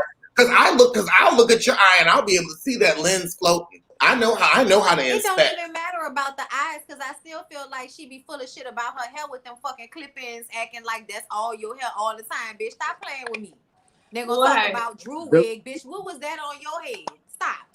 But let's not listen, forget that Kenya likes to act as if her hair care line is why her hair is so great. Kenya has always had a great grade Genetically. of hair. So it's like I hate that she make it seem as if, oh, if you use my products, your hair will be The like product my with water hair. in it? No, bitch. No, it will not. Your hair is your hair. Like Okay, that's your but shit. that's a part of marketing. That is a part of marketing because even That's in the part of supplement, line. That's called line. okay, but I'm saying, but even in the supplement industry, you will have people that will model Know a what they be doing? product that they body was like that, and they didn't even touch this product, but that's what people do. Do I'm they? just like, I have No, never not been to no, an event where they no. was giving out products and they didn't put product in the damn product. For Even if it instance, was advertised.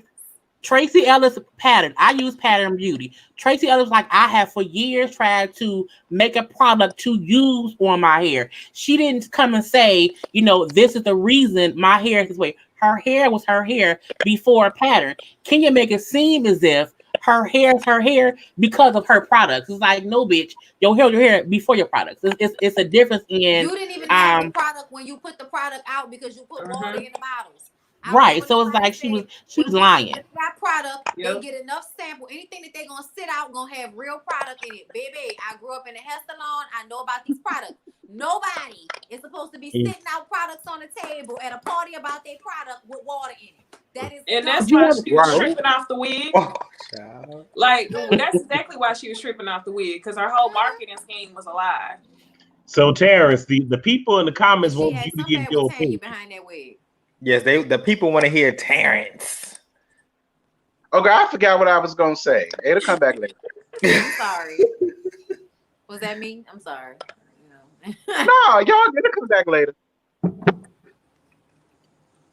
Not only do they want to hear your opinion, but some of them also want us to stop bashing Kenya. I want to throw that out there too.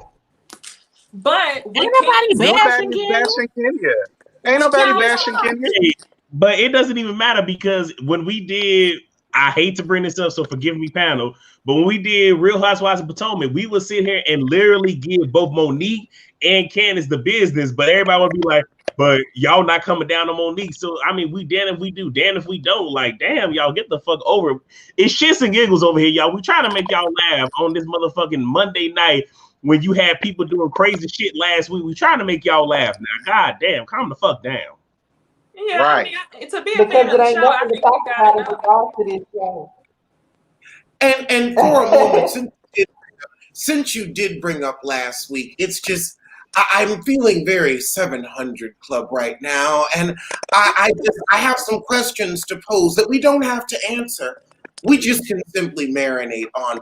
But last week's events really make me think about the moral bankruptcy of the white family. How single white mothers are out here raising these thugs, hoodlums, insurgents. I mean, people that literally shit and pissed all over the Capitol like monkeys. Monkeys. Simians and 8T. I just really, I saw that and I just wondered, where were the fathers? Where were the fathers? What kind of homes with them. do people raise them? What is going on with the morally bankrupt white family? It saddens me, it sickens me. And these white mothers are out here cavorting and just, babies having babies, just irresponsible.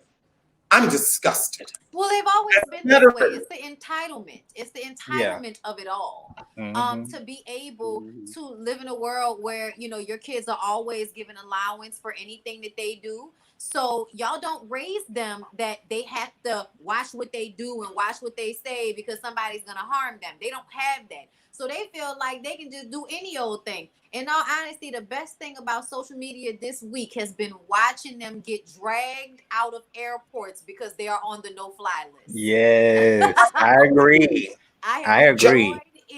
We have to treat them like the apes they are. We have to have a firm hand. It is time for law and order. Yes, it is. I mean, one of them, a cop died because of these people. A cop died because of these people. And I have yet to see one Blue Lives Matter on social media. I haven't seen it, not nearly as much. Oh, come on, Barcardi. Where's it at, Blue Lives Matter? Where's it at? No, somebody in the comments had questioned Bacardi. So yes, I just finished off this bottle, but my drunk ass always got another bottle on deck. I just want y'all to see. Yeah. Yeah. I'm the resident alcoholic of the panel. I'm the resident. I'm the wino of the panel, so it's okay. Well, I guess we can move. Y'all know what I do. Well, I guess we can move on. Are we gonna move on? Are we moving on from white on white crime? Because this was white on white crime. Like Bonnie said, they killed a police officer. We need to get white on white crime in check. For sure. They need to get it on check. Well, the only reason why I ain't even trying to stay on this is because I think Terrence said earlier that he spoke about this and YouTube started fucking with his shit, and I want YouTube to be fucking with my quick title his shit though. Did you title it? Yeah. Okay, we're not gonna title it like that, and this is deep in the live. So that's true. It may not be bad. But so somebody in the comments just said, hopefully Yarel will get drunk and slip up and say something sexual. I'm sorry, that's not gonna happen. I don't participate in conversation. So Yarel will do it for a super chat. No, I won't. Y'all don't have enough money to pay for that. Y'all gotta run them thousands. I'm surprised he didn't X out then. Because that might have been too much for him.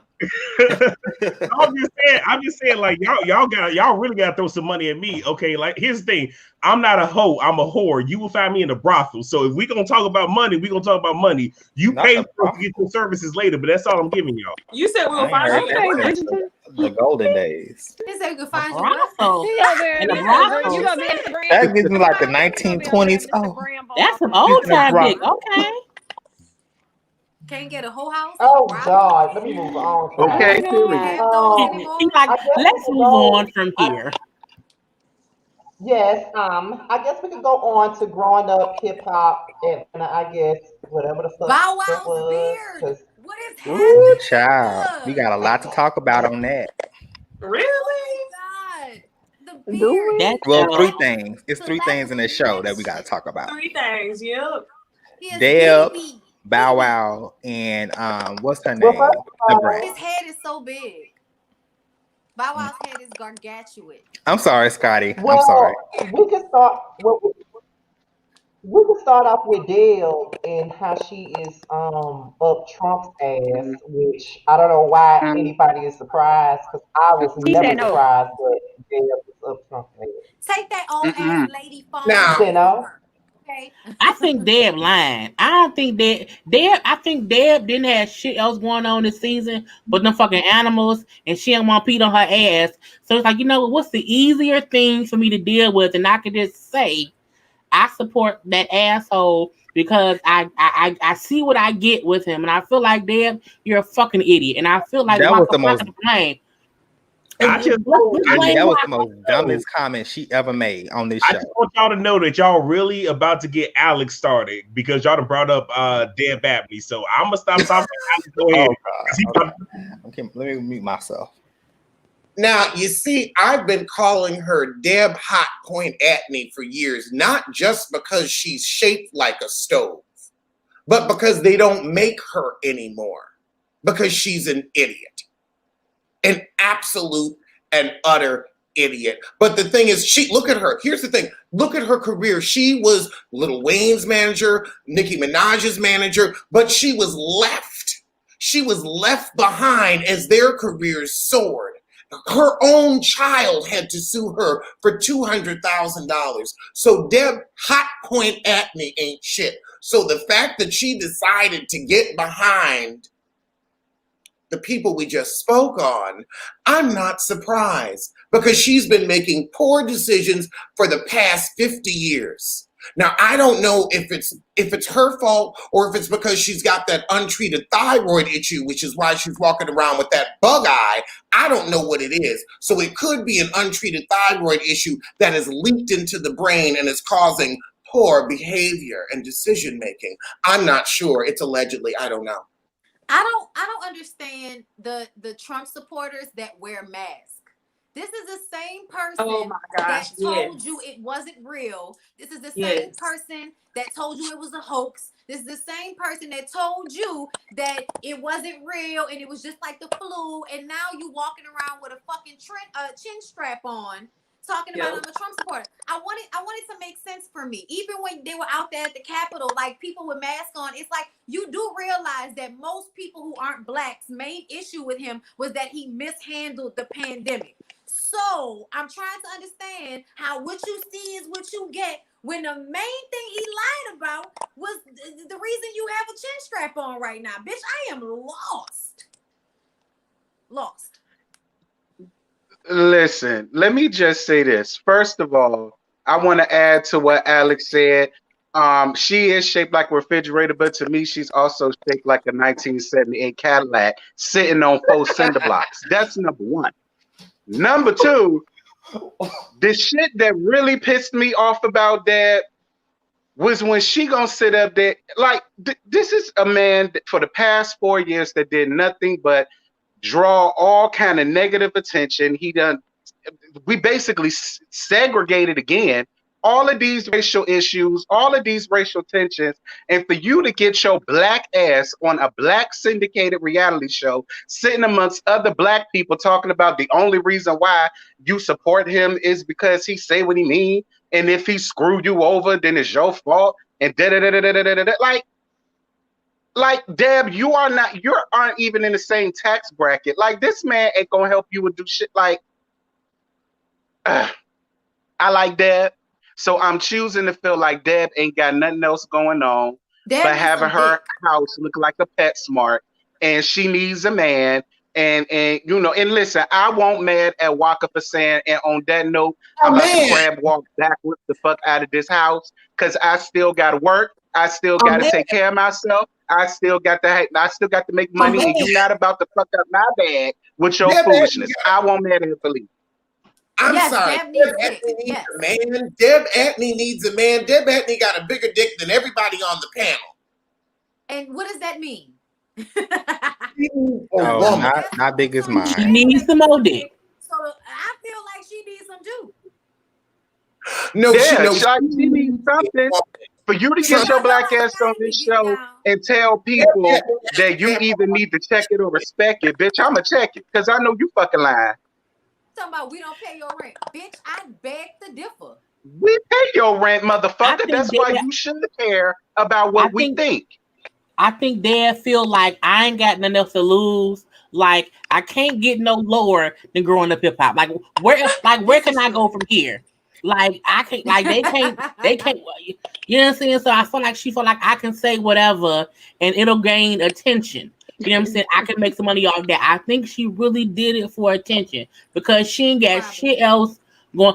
Look at her curtains. Her curtains prove to me. In that bitch. She was I'm like, asking what is she for it in that doing? bitch. Yeah, She, but this ain't gonna help When I her. saw the reptile, I The- was like, what is going on here? right, Child, also, right. she don't have And to if find it her is for a significant other. storyline, You know what, Alex? You might be right. She need to just come out the closet. Where's the girlfriend at? Where's auntie? Where's, the auntie that we say okay, is just a friend? right, Where's she at, Deb? That's I the know she's thing. right, somewhere with a hard hairstyle and big titties. Where's she at? right, right. Exactly. She needs to let's be honest. Child. She needs to live her truth. And why do you think she always up the brat's ass? Because the brat trying to tell her, okay, look, we're gonna come out the closet together. And what about the brat being so When soft the and like feminine and shit around Judy? that was the I was best like, part of the Yes. whole show. That was the best. wait a minute, That was the best, realest part of the whole show. Yeah, it and you I was. feel think like he if you're might want gonna to have know grown their up hip hop, business? Like, she was nice. wait, She was in love. She was cooking bacon for the dogs. I feel like if y'all can't get Brat and Big with the UDTs, we don't want to see it. Like if you can't get give us some real shit. The show was supposed to be this amazing with the kids and their lives, and we got Bow Wow, Waka Flocka, Little Easy E daughter who we don't care about, and then nobody. Remarkable, who thinks she deserves something because she came out of Easy E's dick and went into her mama's womb. Listen, sis, like it doesn't matter that your daddy was Easy E. Like he was great, don't get me wrong, but he's not on anybody's top 10 best rapper list. So I don't know why you feel like his existence means you are owed something, because you're not. Having his nostrils does not mean you are, worth without having to audition for shit. I was just kind of miss me with that shit. And now she on the Black Lives Matter tip. It's her calling. I was just like, oh word, Girl, bye. It's not. oh But I word. feel like how y'all in Atlanta, out of all the artists in Atlanta, we get Bow Wow and Waka Flocka and Lil Easy. I'm yes, like, how do y'all not? Even JD daughter is born. I'm just like, how? It's fucking Atlanta. It should Yeah. be popping every episode. Like, I'm like, how I'm gonna is tell you this what it what is. we The have? people that's popping don't want to be on that show I because agree. Lil Reginae is popping. Okay, and she was on that show and they turned her off. But I also feel like they didn't want to be real on the show neither.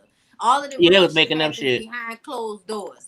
But I feel like as many parties they were throwing in Atlanta, you think somebody would have gave us something. Mm-hmm. And listen. it's nothing. The Brat scene with Judy was cute. Now, what wasn't cute was the Brat getting up here playing on everybody's intelligence, talking about stuff that I kind of came out of the closet. Brat, Oh my girl, God. we knew A you lot was of munching on carpet since Funkified. Girl, stop playing with us. You just a soft stud. It ain't nothing wrong with that. Yes, It a ain't lot of nothing people wrong with wasn't that. But feeling the girl, chemistry. you getting up here talk about something you just coming up out the closet, girl, bad. Now, then what your relationship with a woman came out the closet, but you been out the closet, Right. sis. Stop playing with us. But other I than didn't that, know she I was love in the you closet. down, Brad. I agree. I love I you know, right? down, Who Brad. thought? I love you, I love you, I Oh, love Tyrese all night A lot long. of She people thought wasn't everything really we thought she feeling was. Judy and the Brat chemistry on TV. Like people was feeling like that Judy was dry as hell. I think Judy was like a real person. Yeah, I liked you. it. Right. I didn't mind it. I like I know Judy. And I a ain't lot gonna of tell. people were I'm gonna thinking tell that y'all she one thing, and they're gonna be mad at me for saying this. But when I see two women together whose asses are that big, I just wonder what it smell right. like sometimes. All right, I'm gonna let it go. God, But Bonnie, Oh my Listen how god. they. Okay, let me shut up. Judy did prove I that don't she know was what that more is. than just ass. Judy proved that she was more than just ass because that conversation that they had about the legislature and everything like that, baby, it was so eloquently done. I say, yes, God, y'all better school the kids that don't know nothing. Oh, Judy is very smart. Judy is very, very smart. I mean, out here in New Orleans, Jessica Dupart is a big deal. Okay. That's why I didn't like that Brad was trying to get her to bring her business to Atlanta and take it from New Orleans. Cause I was like, no. First of all, New Orleans needs the business. Atlanta does Mhm. not. So I didn't agree with that. You need to just deal with the fact that you are now with a boss, somebody that has places to be and shit to do, just like you had at the beginning of your career I before you agree. went to jail. You know what Well, I'm saying? But I do like seeing the softer side of Sears as it pertains to the Brat. But yeah, y'all, I'm Hmm. sorry. I really do want to see them go ham on the two-headed dildo and see what's popping. But never mind, go what? ahead. Oh, dear God. Like I said, Debrat is a soft stud, so I'm with you on the two-headed dildo, girl. Listen, Debrat is verse. Do you hear me? She verse. All right, she ain't a pillow princess, and she ain't no such. She Oh my verse. God. She do both. And as far as Y'all Bow finna Wow bring goes, your honey, real girl, Bow out. Wow was just sitting Wait, around there getting fat. I don't want to talk about Bow Wow. He has. You can definitely tell he gained that COVID weight. And his Girl, face look really.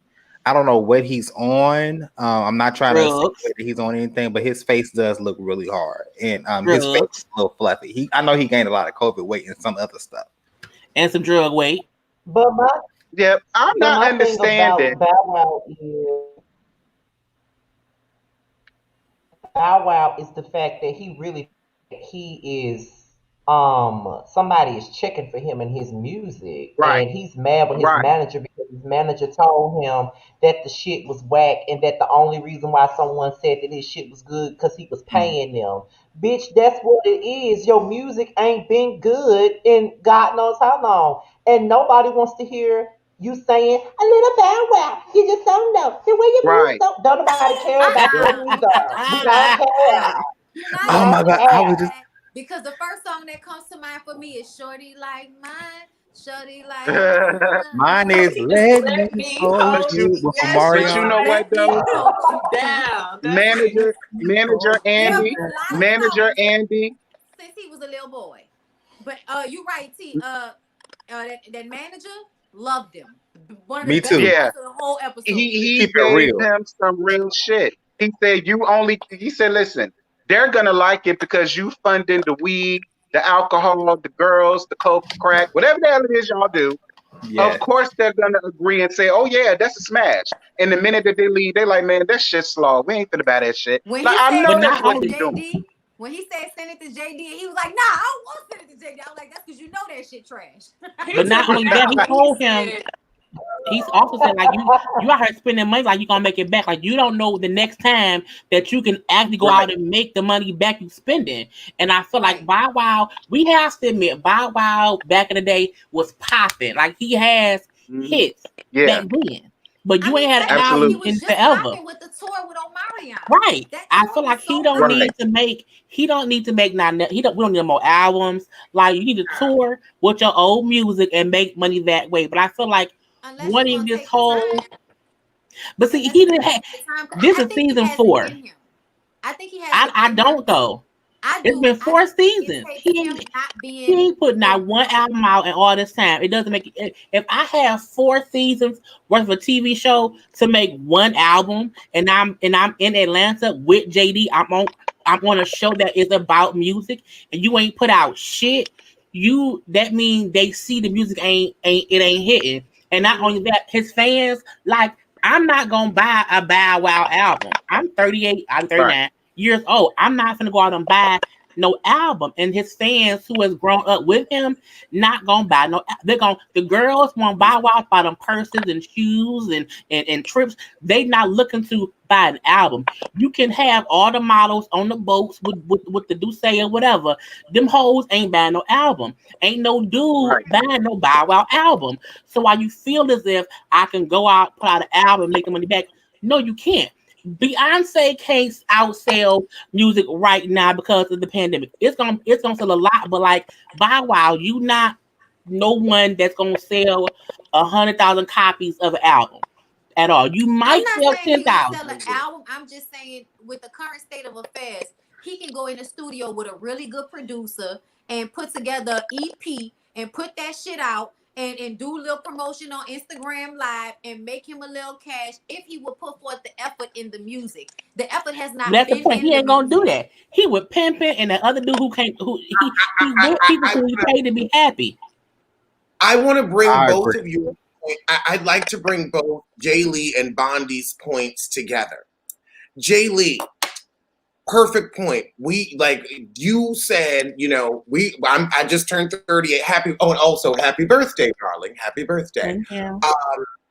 We are, all late 30s, mid 30s. We are this guy's fans. We don't buy albums anymore. It's like when that guy Right. walked in Harlem and tried to hand me a CD, and I looked at it and I said, "Where am I going to play this? I don't have any device in my house to play this. That is what is going on. So, Bondi, I think, to your point, I think that even if he did go into the studio, are we like, he might get some spins. He might get some spins and have a Nene, like Nene with Honey. He might have a little moment, but people, like, they're not making that much from streaming, and all he's going to get is streaming. Like, Nene Honey was a bop, and he could have a little bop, but I don't think it would be enough. Like, nobody's going to buy that. You're going to get a few streams. No, I agree. But that's it's gonna be about streams $4. and not buying. But I still nobody. feel like he has it left to give if he really wanted to, and we were out of the pandemic. I think if the music was good enough, because he has kept a high profile. I don't know if anybody pays attention, but anytime Bow Wow gets on Twitter to cry about something, everybody is paying attention to it. Everybody, oh my God, Bow Wow. Yeah. So I just feel like people do But you also care, have but they're tired of him and his antics. He's a child, and those homeboys. But his antics, Go ahead, Scott. his antics could be the reason why they don't want to fuck with his music too. Though you also have to take account into that too, because sometimes you can have the best music, but if someone doesn't like you or don't like the shit that you do, they're not gonna spin your shit. Like, he's too egomaniacal for me, too egotistical. That's the problem. Yeah. You think way too high of yourself. That is a turn off. Like, stop it. Yeah, that right there is a turn off. That right there is a turn off. And I think that because I think everybody here on this panel knows if they've been watching me forever so long, I love K. Michelle. But I can be honest enough to say that her antics and her attitude and the shit that she does on social media could be a reason as to why people don't really give a fuck about her music as much as they could. She's talented. She can sing. She got great music. But ain't nobody gonna give a fuck at all because of her attitude. Yeah. I think the same. One thing about Bow Wow, though. Tamar Braxton. One thing about Bow Wow. One thing about Bow Wow, though, that I really want to ask y'all: do y'all believe he really dropped $300,000 for that Bentley? Like, let's not sit here and pretend Bow Wow ain't been faking us out with the fake shit. I don't think so. Like, he lied about that a few years ago. Yeah. That was a Bow Wow challenge. Yeah. That was a Bow Wow. Thank you. I agree. I wanted to say this about Bow Wow. I do agree with Jay Lee. Ain't nobody gonna buy no albums. I can't remember the last time I bought an album, so he'll definitely get money off streams. Bow Wow dropped some snippets of some of his songs, and I remember it being on the Shade Room, and it actually did not sound bad. He dropped it in like 2020. Right. But I think Bow Wow is afraid to drop his music. I think he's afraid of how it's going to be perceived. I think he's sensitive about his SHI, so he holds it close to the vest because he don't know what people are gonna say. But I feel like you're damned if you do, damned if you don't. You might as well drop it and get a little coin off of it, whatever you can get. And then the other thing about JD, I don't think he should let JD listen to his music either. In my opinion, who is JD working with right now that's just doing such an amazing job right now? I mean, like, you're great. You were a staple, very important coming up in the 90s, early 2000s. But right now, how sufficient is it for JD to listen to his music? I didn't see a point in that at all. I can agree with that. I love that the manager was on his Bow Wow. To me, although moving like a broke, like, that's what I'm like. Broke people do that when they just hurry up and it up quick. Like, what are you doing here? The man, you don't know the pandemic is gonna pan out for you, so you chill out. And then another thing to highlight is these friends. I can't be with people where every time we go somewhere, I'm cashing out. What are they giving in to you? And I just think that's dumb as hell. But that's all I got on Bow Wow. I agree with you, Jamie. And I'm going to add something to that. And at the same time, I'm going to say, what popular producer right now is going to be willing to work with Bow Wow? If he want to asshole a lot, I think the issue with Bow Wow is he got to connect. Even the songs that was on the snippets on the website or whatever, like his manager said, he need better producers. You keep working with the same people who you pay to be with you, they not doing you justice. If Bow Wow got with different producers besides that dude on the show, he would have better music. That's why he was offended by the dude saying like the song isn't Hmm. fully produced. He needs better producers. And You I think a know, lot of producers will work with him because right now everybody trying to get that coinage. And no matter how many antics Bow Wow puts out here, he still has the connects. He's come up in the game. He still got the connects. It's about whether or not he's willing to use them. but you know what? I think, in my opinion, I believe that Bow Wow just needs to go ahead and go to acting. I think that Urel his now is in.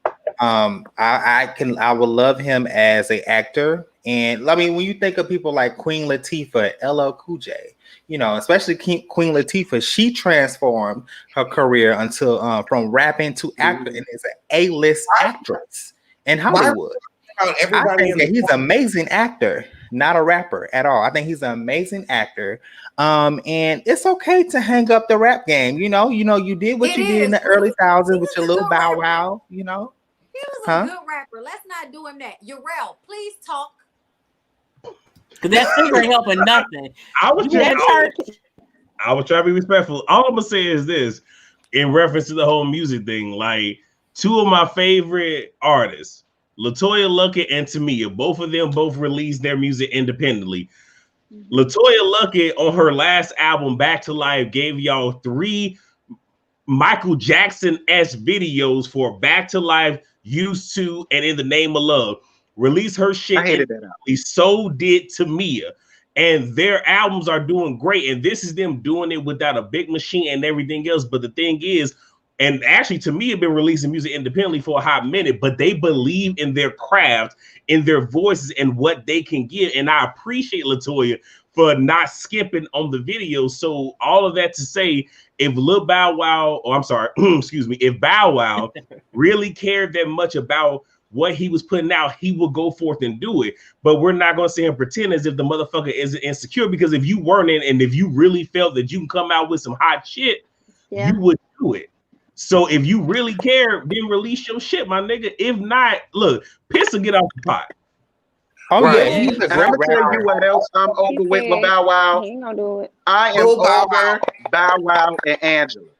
I'm way over Bow Wow and Angela. Oh I'm my so God. I sick want of him them to do two. some I I don't know push-ups what to do. so that his neck and shoulders can hold up his head. Cause I swear for God, he ain't nothing but head. He ain't got no shoulders. He ain't got no neck. I want him to do some push-ups, work out. Ain't nothing worse than a little fat nigga with a big ass head. Ain't nothing worse than Right. that. Okay, you got to do something for yourself. Okay, You you sound make like way Mama too much Joyce. money for this. I'm Two sorry. little Yeah, people it's with true big though. heads. Like I'm tired, and I'm also tired of him and Angela. Like I'm so sick of that being a part of his storyline. I'm so sick of them always bringing them from the LA franchise with that bullshit. They're bringing them to the Atlanta franchise with the bullshit. I'm so sick of that it's getting on my nerves. I won't even talk about it because it's so fake now. I think the fact that everyone is aware that even if Angela and Bow Wow and Romeo really had some kind of I like whoever at one point, y'all are now in y'all 30s. Leave that teenage bullshit, FUBU, Yes. pastry ass shoe bullshit in the past. It's like, what is the point of consistently bringing up? Like, y'all not gonna date. Like, I think for a Right. split second, Romeo and Angela could have dated for a split second. That last season, like 2 seasons ago, there was a chance that they was like, okay, the baby daddy got killed.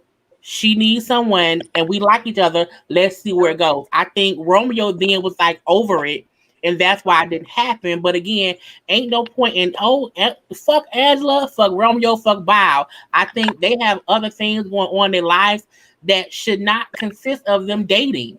It's like that's the point of Right. something like it's dumb. Like that's been going on since season 1. It's season fucking 4 of this franchise. Plus the LA show. I'm like, if Angela ain't fuck Bow Wow or fuck Romeo, then leave him alone. Either fuck him or Right. don't. Well, since you brought up Right. ICDC College, I was here for Dame Dash. Is it Boogie? Is his son named Boogie? When he literally went there with fucking ICDC College and had that motherfucker run about the motherfucking house and quit the motherfucking show. I was here for the shit. I really was. and Twist when I he got definitely white bright ass together, where he told him, "I ain't got no respect for you, nigga. What you gonna do? Move, nigga." And he just sitting there like, okay. That was the shit right there. I was here for that shit. I That have was the a good biggest crush season. on Boogie. Speaking of him, He is man, look, he could get it. Like he could He get nah, it. damn It's, sure can, Boogie, Jay Lee. Do you that's hear my me? boy, Period. friend. well, I think the LA show was a bit more entertaining because one is more people and you see a bit more what they got going on, even if it's born like Boogie and his addiction, even Egypt and that the dude or I whatever. Like you love can see, Egypt's storyline. I don't because I don't like that boy. I I don't, don't because like that I don't boy. like her. Yeah, I And like yeah, I I don't don't yeah, like like it's Samantha messy. either. It's Uh-uh. messy. That little it's girl plucked my entertaining and nerve last messy. season. No, ma'am. Yeah, it's entertaining. It's messy, but I feel like that cast is more realistic than entertaining. the yeah because we see more of what's really going. Like the fact that Mm-hmm. Egypt really was with I her enjoyed that engagement. season. I Yeah, really it did. was actually entertaining. I feel It like It if was. was. Atlanta did more of that, we would like it more. And I, even with Romeo talking to his daddy, whatever, we just them going back to New Orleans, like we seen more Hippie ass of what they Master actually P, had going child. on. Hips and Girl, his Master Him, Hips got on him my going nerves last season. up that hill. Oh Not my God, Master it was Hips. hilarious. Master Hips Even get on my. He plucked Master my Hips and nerve his last son, season. To no end. even baby. Dame Dash and his girl, and even though I can't stand Dame Dash. I feel like Question. each person on the cast is entertaining. Question, y'all. Are we gonna talk about Latoya Luckett since Urel brought her up a while ago? Girl, Yes. Oh my Scotty passed the mic. What's the goodness. next topic, Yeah, Scotty? yeah, So we getting I we wish can it didn't close it have to out with happen because Latoya, I but really like Latoya. But I'm me glad that too. Latoya know her worth and she not just gonna put up with anything just to say she got a husband. Like I am Okay. with her. I'm always with a woman that's like, girl, I know my worth. I ain't doing this shit. The same way I found you, I can find somebody better. Get the fuck out of here. I love it. Mhm. It's not even about that for me. I love Latoya. Tommy trying to act like he wasn't cheating. Deflect. Come on, It's a son. deflection for me. That's where the self worth Come on, comes in. Ayana At she not Blue. done. Give us a word Come on, tonight. son. We need it. Like, We okay, need it. so if anybody watched T.I. and Friends and Family Hustle and all of that shit, I watched that show. I reviewed that show. So I remember like when the show was on, what was Yeah, me going on too. between Tomicus Yep. Me and too. her. Yep. And Tomicus is an asshole. Him and his He big is. ass head and his big butt, he's an asshole. he Okay, he was. treated her bad, he talked to her bad, and any time Mm-hmm. he felt like starting an argument with her, he'd get on a plane and then go to Texas. So I Yep. And felt then like, come back like what done wrong? okay, act like ain't Girl. been gone 3 days, just like Juicy and her husband, and then act like ain't shit happened. I I was just just about Child. to feel say him and like, Ralph must be friends. listen, they Okay. must be. I feel Must be. I'm surprised it took Goddamn. her this long, but I think because those cheating rumors came out right when she was about to have her baby, it was like, let me have my baby, let me, deal with postpartum and all of that, and then get into breaking up with this fool. Because I feel like Right. wanting to break up since last year when all of this shit came out, but she was like right in the middle of her pregnancy with their second child. But somebody Mm-hmm. said, and it was on the blogs on Gossip in the City, I think. They were saying that he was at a hotel with a whole nother woman with his other daughter. So it was like he was a family Yep. or something with this other bitch, and it wasn't And Latoya Luckett. right. Ooh. Exactly. And that's what I heard too. He cheated on his side chick with a side chick. Make it make sense. And Please make isn't it he make really into church? Why is it always the church niggas that got to be the biggest damn thoughts? What's going on with the church these And But days? no, then, the funny part was Lady Ashley liar. said Ashley was on Twitter. Ashley said we knew they were doomed. The minute that John Gray was a counselor, they was doomed. I'm like, that's very, very true. Because he cheating on his goddamn wife. And I feel like I think people who didn't watch the T.I. Tiny show had no idea how bad Tommy was to Toya. yeah, So for no, us who Jay Lee, I watched it, saw it. I'm Oh yeah, like, he was horrible. no, I he was saw a it. whole asshole. Like the fact that he He was would horrible. gaslight her and then make it seem as if she was the one with the issue. I'm like, no, nigga, Yes. it's you. Like it's right. fully you. So even when the story of him cheating first came out, Toya took off her ring, she took off the last name of her IG, and she took wife off, and then she put it back. But I felt like they didn't want it to be a big thing. So like, let's leave it up for right now. And then after New Year, then we'll announce that we separate or we divorce. She don't post that man no more. He don't post her. I think the fans knew they were not together and they were just waiting to announce it. I think it's the best decision. Tommy may have wanted a wife. Tommy wasn't ready for no wife. The fact He was that not man mentally kept prepared. feeling like he wanted to, he kept going back to Dallas. When you can't bring your child to your home with your wife, that means you're not ready to be a family man at your house. Right. You left Toya pregnant with that first kid and that second kid. Tommy wasn't shit. Period. He seemed cool in the beginning, but like piece by piece, he became more and more not shit. And then they went to John Gray for therapy. Jesus fix it. Hallelujah. Jesus fix it. They went to John Gray, the king, the biggest cheater, pastor. Right. He can't help for nobody. therapy. Listen, Fix it, Jesus. I want to read what he said. And this is why, because T. Terrence said this about how, the church shit. He always want to be all in the church. Why was the thing he said? And for all the friends or family that's saying, I like him anyways, guess what? I didn't like your stanky ass either. And I just kind of feel like, after you say that, I'm going to need for you not to come back with, to any married couple, trust that God can work things out despite See? nigga. Like, See? don't go to Lord on this. Look, I'm Honey. trying to figure out, why do some of these singers, they get married, right? And then they make a man a manager. And all I see is Mary J. Blige. And I'm just wondering, like, I mean, she has his 2 kids, so I don't know how that's gonna work. But it's like, he also was your manager. So you think he's gonna try to come after you? Because it makes the men feel like they are in some way on the same level as the woman. He's not. That's And a I'm good sure point. At all. we know LaToya Luckett's been makes him feel some type of way. So if he's her manager, then he feels more in control. Now he was trying that shit on the show, and we was like, girl, no, okay, don't let him do it to you. And she cut that like she was cutting it, but he was trying it. Well, apparently, he's trying to stay with her despite what she said. But I got a couple things. First off, with him trying to save his marriage, obviously you're trying to, because she is what I like to call the LaToya Luckett. For those of y'all who don't know, I've been following LaToya since she was in Destiny's Child. Have every last one of her albums. LaToya was always my favorite. Let me say that first and foremost. Also, we not finna sit here and pretend like for the last 2 seasons of Greenleaf, she did not show her ass as Rochelle. Okay. Period.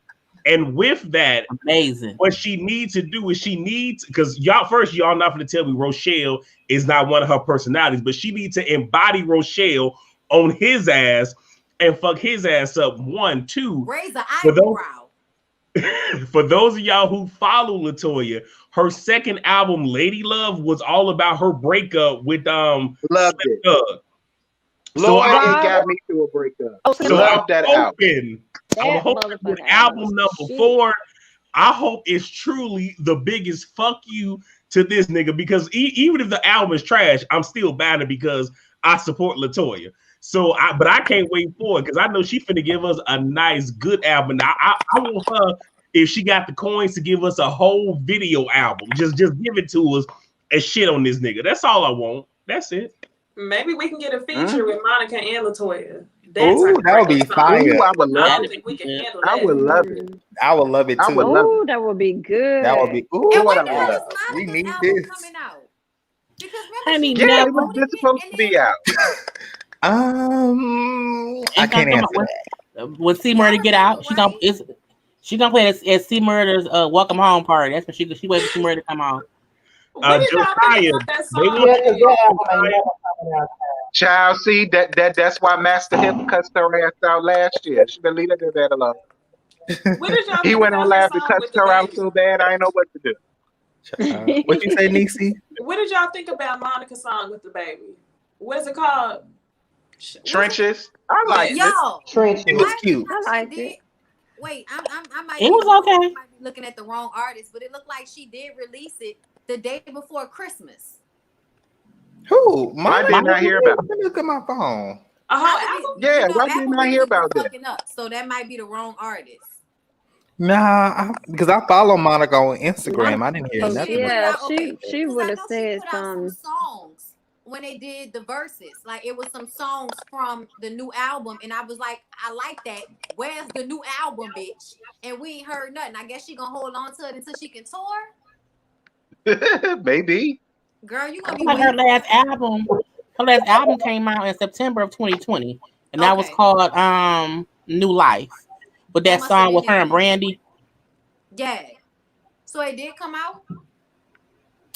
I don't think there's no new songs on here though. But she did a song with her and Brandy in It must 2020. be a best of That's what album or it may have something. been. Maybe it was re-released. I'm about to say, wasn't Something. that in like 2012? I think it was re-released in 2020. Yeah. Be the That one. makes No, that's the sense. Mm. Keisha Cole Re-release song. after the Yeah, because it was verses. it's one from 2012, and then it's another one from 2020. I don't know why, because we ain't hear it, but I mean, it's on title, and they got more songs. Either way it goes, she ain't put out no real songs that we heard on the radio. Wow. That's another thing Don't you do this, we could Monica. jump on right because I'm gonna be honest, they're not gonna play because Usher got a new song out too, and I don't know if anybody even heard it because they're not gonna play like Usher and Monica. They're not and Brandy. They're not gonna play them on like the big urban stations. They're only gonna play them on adult radio at this point. You're not gonna hear it unless Oh you're They yeah. played that one What's the Usher not Usher gonna song. hear it. song? They played that The one Come Usher Through song song with with Summer Ella. Walker? No, he had that "Don't Waste No, My it's Time" a with song Ella called May. Bad Habits. That song, No, I ain't talking about that. He got a song called Bad Habits. They only yeah, play I that didn't on really care for adult it, radio. unfortunately. And I'm in love with Usher. I mean, it gave me a Big little boy yang yang anthem, yang pretty around much. the house, but you know, I Yeah, it's a fuck boy anthem though. I That's don't know. probably why most of the fuck boys.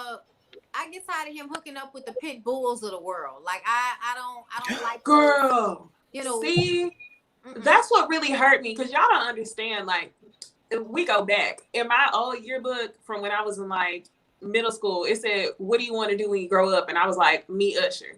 But then once I start seeing him choose No. all his choices in women, I was like, Usher don't want me. why, girl, you don't want him and his bumped up dick. Nisi, I know you lying. Oh my god. But Oh, wait, Okay, Girl, please. no, I Niecy, don't want That him Niecy, boy like is a that. walking petri dish. No, Usher ma'am. was like Mary. Usher was like Mary from Salt Lake City. You weren't old enough for him. He wants that seasoned puss. He wants that grandmama. Right, he don't want me. that So grandma. But no, Child, how Usher about is this? bumping up people coochies. Okay, don't nobody want. I would not advise it. And Okay. that's the RN. But y'all can do what y'all want. I just want So Usher and Monica to do another duet. Monica said he wouldn't do it. I just want another duet with him and Monica. That's all I want. I ain't I asking. love when they did that I song want "Slow another Jam" slow back in the jam. 90s. Yes, Another give me another slow slow Oh, jam. jam. This this time make time it make it sweet sweet, on a but a slow slow jam. jam. Oh, that's my song. Baby, That's my song. You know Okay. Yes, Josiah and Bondi. They Y'all did better that. give I'm gonna us go listen to that. a concert. Ooh, Monty, we're gonna have to I do was a listening to recording Yes. that real quick. soundtrack last night, y'all. That's the Soul Food soundtrack. I was listening to that last night. I kid you not. no, "Superstar" by Usher. You know they did, What? Oh yeah. but you know they did Yes. a duet before Slow Jam though. Look, that was my shit. They did a duet before Slow That whole Jam, album was but lit. most people don't remember that. I don't remember. Okay, Yes. no, I only know Confessions "Slow Jam." will always be my most favorite album by Usher. Yeah, Confessions. And My Way. they I did. like the one They before made Let's "Confession." Straighten It Out. I like the number. What was it? 8703. Whatever the fuck the Yeah, number Yeah, is. I 8701. like that one too, Yes. Monty. 8701 After the double night two two. remix. Help Don't Yeah. me, be a what's girl good? around Can me you to play help it for me? real. You This remind nigga me. for You That was remind you. me. player. You don't answer the call. This is my spot, so I have to ball. I'm sorry, y'all. That was my song. That was the song. You don't have But speaking Let me of tell y'all, Usher got relationships, long money. That money Usher got is Usher probably still eat off. Not Call Me a Mag, Usher. It was not that album, but it probably was one after that. He probably still eat Still eat Oh okay. yeah, That man gonna definitely. be And I around for a while. believe not only I feel like Usher's a smart guy. So, even if he did make a whole bunch of money back then, he probably put that money in all of the right places to continue to Right. make money for him. Because you ain't never heard nothing about him not being able to handle his responsibilities or his lawyer's fees. Right. And Mhm. I did hear that Raven Simone said she still has to touch her checks from the Cosby Show. She still got that savings. That's a smart That's where the girl. money resides. Her parents, Right. no, Money Okay. Raven's resides. That's why parents. Mary This had is a little smart. land. I mean, we may not see it for Raven Simone, but we not go discount the fact that she's a great businesswoman. Even what was it? She That's is. Raven. Like she still is getting residuals off of that. Mhm. So she And Oh, might they be have that two shit children. crazy. absolutely. Raven Yes. Simone is a shrewd businesswoman. Well, her little Then she had the lesbian Cheetah self. Girls. Then she had the Cheetah Girls, and y'all know the Cheetah Girls have way more hits than 3LW do. So I never they knew she got was gonna Wait, marry wait, a wait. white I'm woman getting though. When Little she tiny came out, I was just like, why did she marry a white woman? Players, they gon' play. No, And now once you haters, get they gonna hate. not I one. used to love that too. I'm getting a little Well, I mean, tired if of we're gonna Well, talk listen, about looking at I this thought man all of the putting black the number culture, star, one. I I thought the agree. black culture had canceled her. With the So fellas, maybe that's why she went to the white puss. Maybe that's why she went to Whitefish, because the black people canceled her. Maybe that's why. I We guess didn't cancel Oh, her. Nah, she canceled A herself. lot of What she people say? did. A lot What of she people say? didn't see it for Raven Simone. What Child, did when she she say? She got on the canceled on View, the she view, didn't huh? know how When to she act. was on, She said she wasn't black, or she said she wasn't African American. And It was then something along when those she lines. had that interview with Oprah Winfrey, she talking about something, about she made something about the Africa, like that Africa being a continent, or like a country or something like that. She said something Yeah, and then she said something about if a person has a ghetto name or a like black name Watermelon or a Drea, thug Yeah, name, so she she would said have hired water. them Yep. or something and like Trey that. Melvin dragged his ass, her ass. Remember that? Y'all Yep. can't be mad Yeah, at and it people was for like growing after up with that, them won't nobody seen it respectability for her. politics. Like everybody felt like that back in the day. Like Yeah, that's why I my was name I feel is the same way. my brother's name is Blaine. My sister's names are Kim and Christy because it was everybody was trying to get you a name that would get hired versus putting Isha on the back of your fucking name and having you working at McDonald's straight out of high school. So, yeah, it might have been not the best thing to say out loud, but don't act like that's not how everybody felt growing up. Cause I hate You mispronouncing right. names. 'Cause I can't pronounce shit. Now I look like, why can't your name be just something I can just I agree. pronounce? Like, why is it all extra bullshitty and I don't know what it is? I think some of these folks just wanted to have an issue with Raven because she just spoke her. She has her own mind and her own way that she lives, and I think a lot of us is the same way. And I think people just did not like her. I like Raven. I I think think people don't she. like. And I think people don't like. Period. Whenever black kids are freer in expression than we're used to seeing them. Like we Yeah. so used to seeing like black people fit into certain molds, and when they don't fit into those molds, it's like they're ostracizing themselves from us. How people feel about the Smith children. I've Yeah. always felt like people were way too hard on them. Like they're rich kids at the end of the day. Let them be. They know they black. I'll just You say sure with about that? Raven and Yes. her making the comment about hiring people, like she's entitled to her opinion, most definitely. But a lot of what she was saying, that's what we call, kitchen table talk. And Yes. that shouldn't have been said on The View Right. because of how skewed. Because Right. here's the thing, like my mom, like she had even said, like, if you have kids, are you gonna give them a real ethnic sounding name? Because like my brother, his name starts with a Z.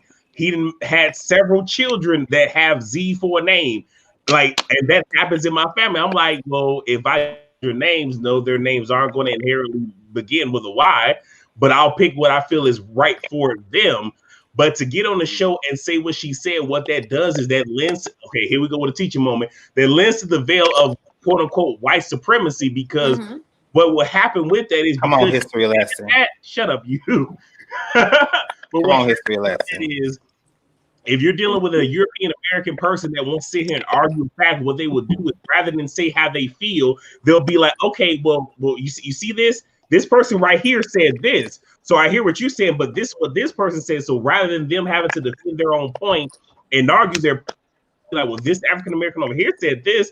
So what about this? So it lends to that. And again, if that's how you really feel, cool. But it's just certain things that keep You that stuff shouldn't in the say it house. in front of mixed company, There basically. we go. Right. There we go. And we all know that. So yeah, she should have kept some of that shit to herself, which is why her ass ain't on the View no more.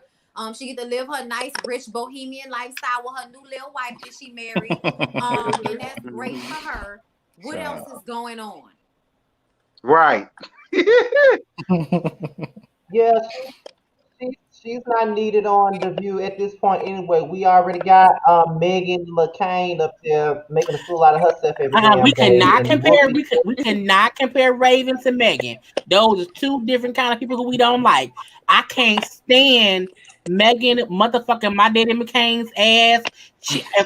Look, man, look. I hate her. I feel like Now, she's I such don't have a a problem. white woman. I got bad respect Listen. for I Oh, her. I don't have hate a her. problem. I don't have a problem with Raven at all. I've never had a problem with Raven. I don't have a problem with Me Raven. neither. The only I reason ain't got why a I problem with put Raven those either. two in the same category is because everybody drags them. But just like I said, we don't need Raven when we got Megan up there because Megan makes a fool out of herself every fucking day, and Whoopi gets her together almost every fucking day, I Whoopi watch right look her like every she day too. alongside better Joy collect her and check and go home and smoke her weed. She look like she be so aggravated to be on that damn show. Because Megan is She really do. Megan literally will interrupt people. She talks shit all day. She get mad all day. She fuss with Joy all day. She really feel like her opinion matters most over everybody else. And the bad part about it is no one feel as if she shouldn't have an opinion. The point that I hate her to her core is because she feel like she matters more than anyone else. When she came back having her baby and said, "Oh my God, we now need women to have more rights and more things available for them for babies." I'm looking like, bitch, that has always been an issue. Okay, when Joy had a kid, when anyone before you had a baby, these same issues came about. But don't make it seem as if because you now had a kid, now all of a sudden I had no idea. But because you chose to ignore the fact that other folks had to deal with shit that you did not because of who your father was, because you was a rich white woman. And I felt like coming back and acting as if I need to be a part of this plight. Bitch, you was rich and had to stay home because you chose to. You did not have to come back after 6 weeks. You cannot put yourself in the place of a woman who works at McDonald's or a regular office because that ain't you. You on a fucking TV show, bitch. Working from home. You were at home working. You cannot make it seem as if people should listen to me. I can't stand. I don't use hate often. I hate Megan McCain. I love her father, but she is not her daddy. She is not. And that's Well, a big issue. She is not her father. the only thing I want to say is because I'm glad you said she's not her father, because I do have a respect for her father when he was on the campaign trail. How when there's clips of people wanting to sit here and verbally disrespect Barack Obama, and he was just like, "Okay, we're not gonna do that. We not gonna do what you're trying to do right here." I can give him that respect, and also with the whole her all of a sudden like because I'm going through it, I understand it. That is very Tamar Braxton of her, because when the sister would try to tell Tamar Braxton, well, this and this and this, she didn't want to give nothing to it. But now that she's a wife, now that she has a child, well, now I understand it. No, it don't And work like divorced. that. It don't work like that. I I agree. want to know Yeah, Megan's it's thoughts really about bad. this capital situation. Did she ever speak on that? On She did. She did because she was yelling. She sided with that it was wrong completely. Yes, she did that, but it still was. I felt like, but you kept making excuses throughout Trump's term as to why some people who follow him had the right to do that, and I feel like you can't say let's let the devil be the devil half the time, but they mean the devil is the devil all the time. Now, oh my God, I can't like. Trump was the devil the whole time. You can't half-heartedly denounce him, but also support the party that he's with. And I feel like even though she's like, it was wrong, they should be arrested, Trump should be impeached. She had every point that we would make about what went wrong. She did the same thing, but I feel like coming from her, I don't care.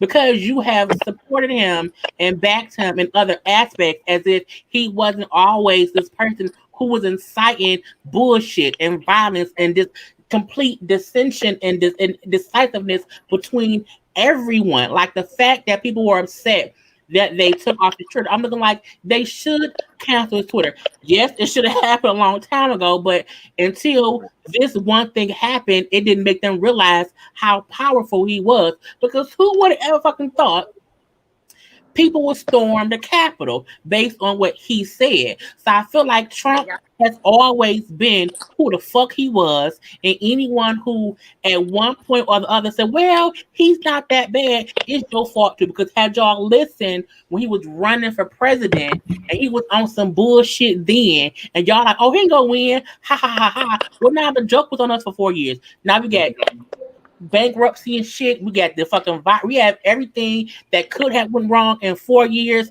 went wrong. Everything.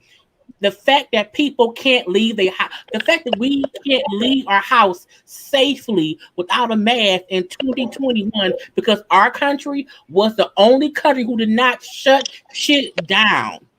They felt like we can't shut shit down. We have to go to work. No, bitch, you let hundreds of thousands of people die because you did not want to accept. No, you need to shut the country down. Someone posted on IG, well, how is it that China, didn't need a vaccine and they kind of are clean? Because they shut shit down. They didn't play that bullshit. We had the worst fucking leader at the worst time.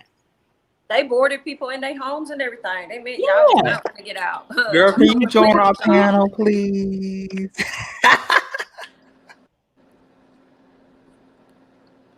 Go ahead, Yarel. Oh, I thought you.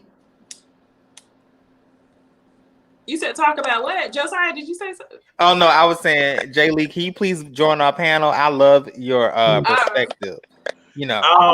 Balance. Right quick, one thing that I do want to say, because I did see in the chat that somebody said you love McCain.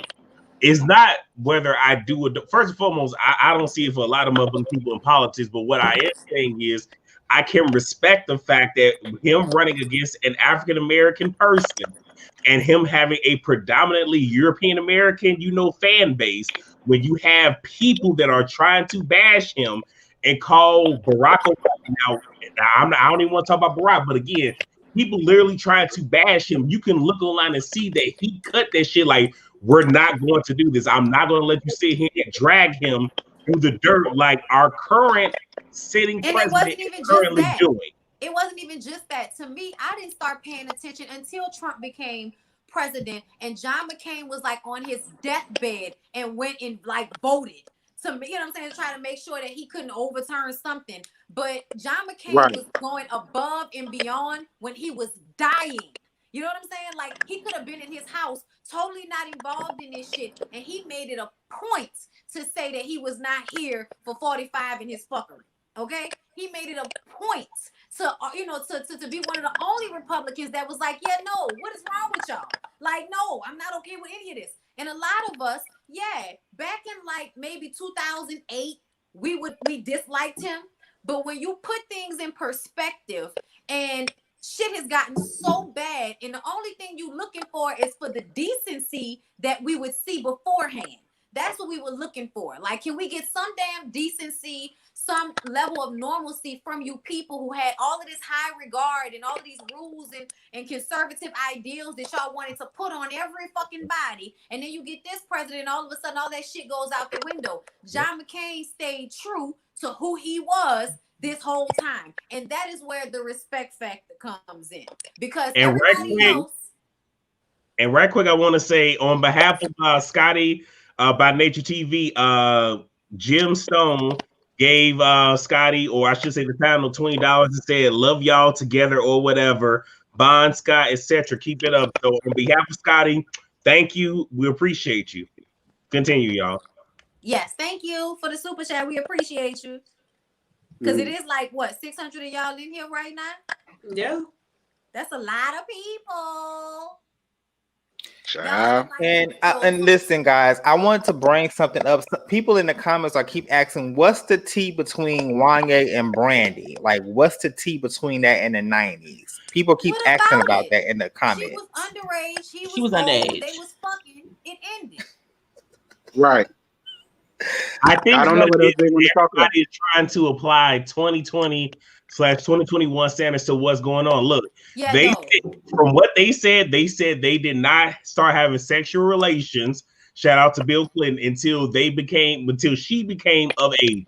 All I can do is take what both of them have said at face value, despite the fact we know Brandon be a lie. But even with that, They are both grown. true, What does but it matter at this point? right, and here's Right. the thing. For all of Right. those, Ain't like Wanye R. Kelly or somebody. Shit. but I'll say Right. this, and I know I'm gonna get a lot of hate, but I'm gonna be the one to say it. Y'all can hate on me, I'll be the one to say it. For everybody that wants to have such a negative view, how many of y'all either physically been through it or knew someone that was fucking somebody that was older than them that graduated from high school? How many of y'all either did it or know someone that did it? Because when I went to high school, I know a plethora of people that was fucking the staff. Listen, Yeah. Child. I never. Because you know Okay, what? Bonnie, you go Listen, first, but I have a story too. listen. I was classy based, okay? I won't lay in the low and spread in the wide until after I graduated, so I don't know nothing Well, about Me that. too. But I do have a lot of friends let me that shut did up. Let that. me shut up. Okay.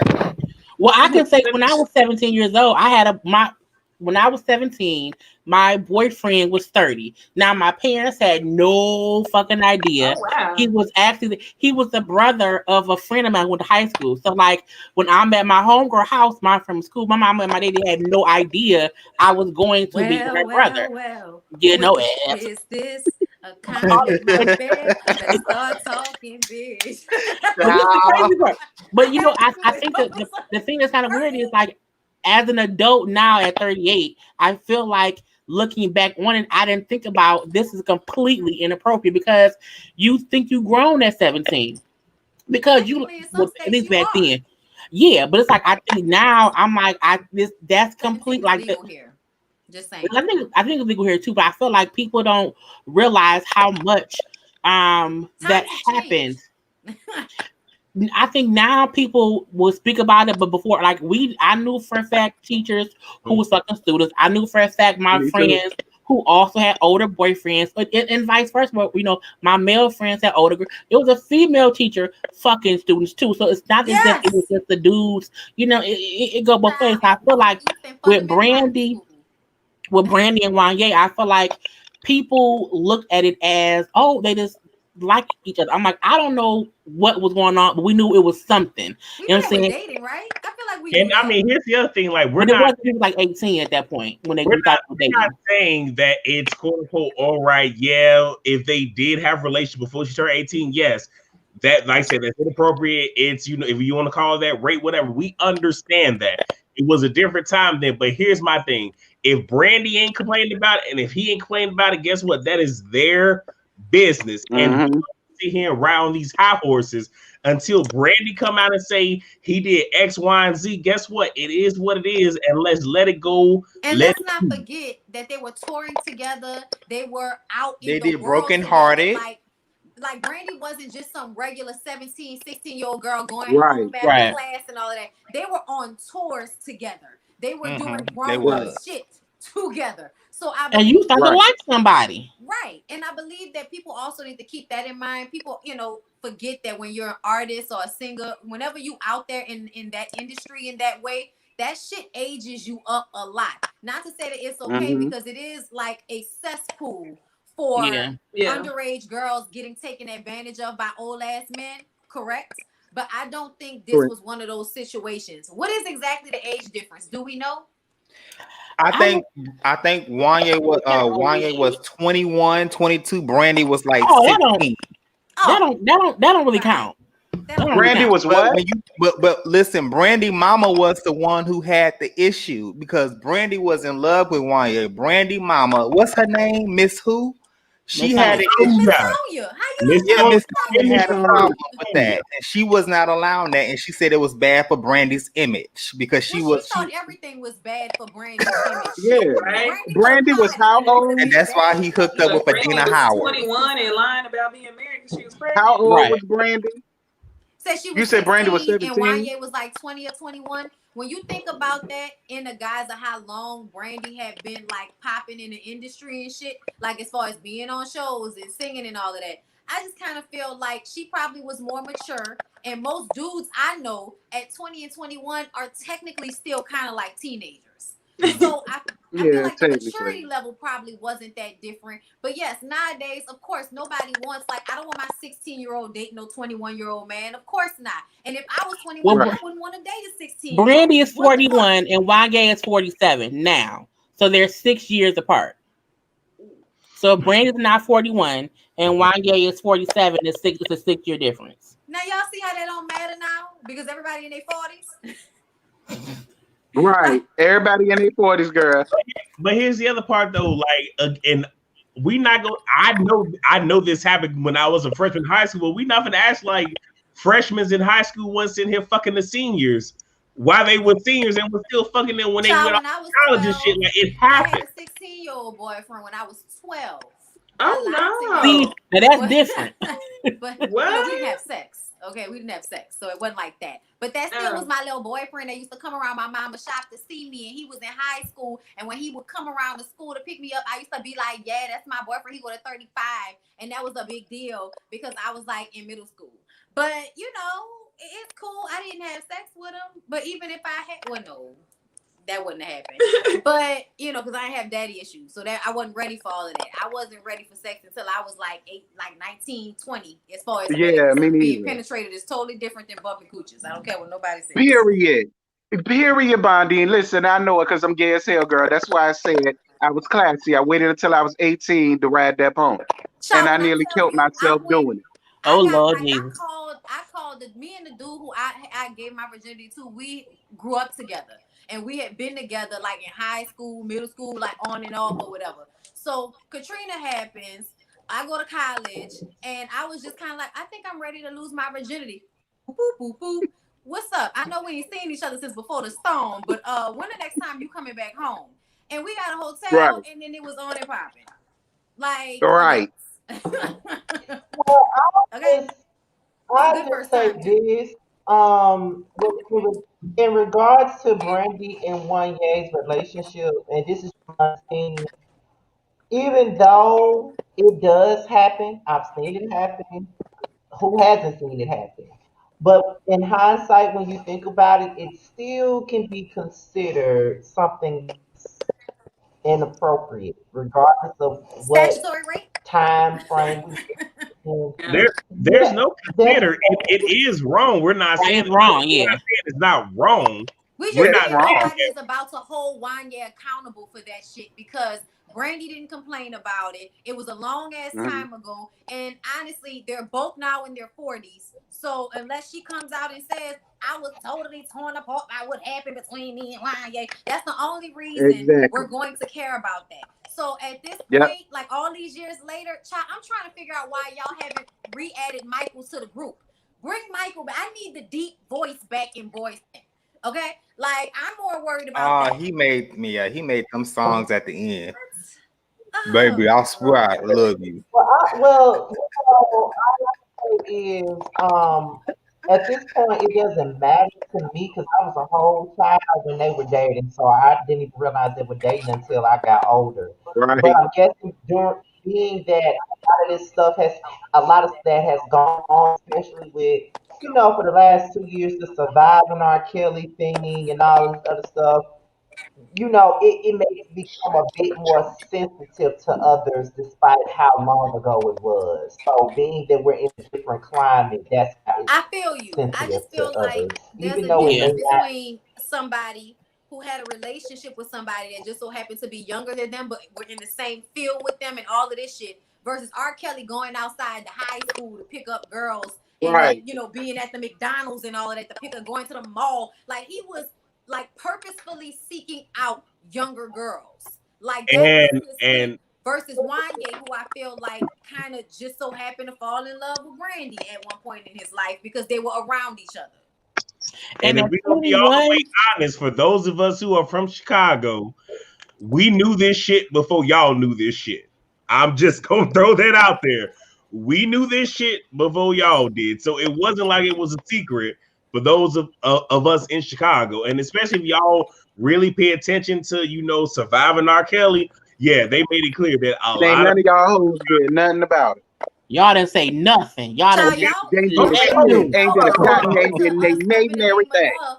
The sex tape came out in 2000, and y'all was stepping in the name of love in like 02. And Okay, that's okay. different. While he was stepping in y'all teenage daughter's coochies, okay? And Two y'all was Hey, stepping in that's their the coochies. y'all was that's the bringing y'all aunties and daughters Wait, uncles to us first. down. Bondi, I love you down. You know I love you, Bondi. But I'm not even gonna do you like that. I love you too much. I ain't gonna do you like that, Bondi. I'm What I leaving you say? alone. I'm just saying because you was one of the main ones said I'm still gonna bump his shit, and I mean Yes, you was real I with still it. You was do. real with it. I still do. What do you I do? think I it's still a do difference. too. It's a difference between people who have already bought his music and has it Mm-hmm. versus buying the new song Mm-hmm. that he has.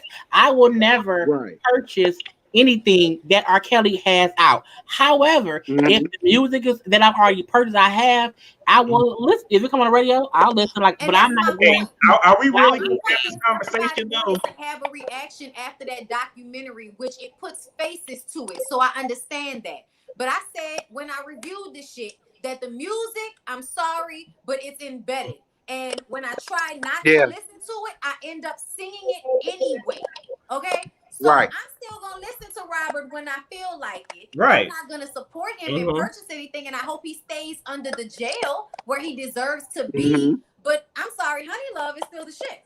I just want to know, Period. absolutely. like, Come on, like 12 play. if we're gonna talk about it, this is something we should probably do a whole separate panel because if I voice my opinions, y'all really gonna hate the fuck out of me Why would based we off hate of all you? this shit. No one hates We ain't you. gonna We hate love you. everyone. We We should wouldn't hate listen to his you. music. We've heard it before.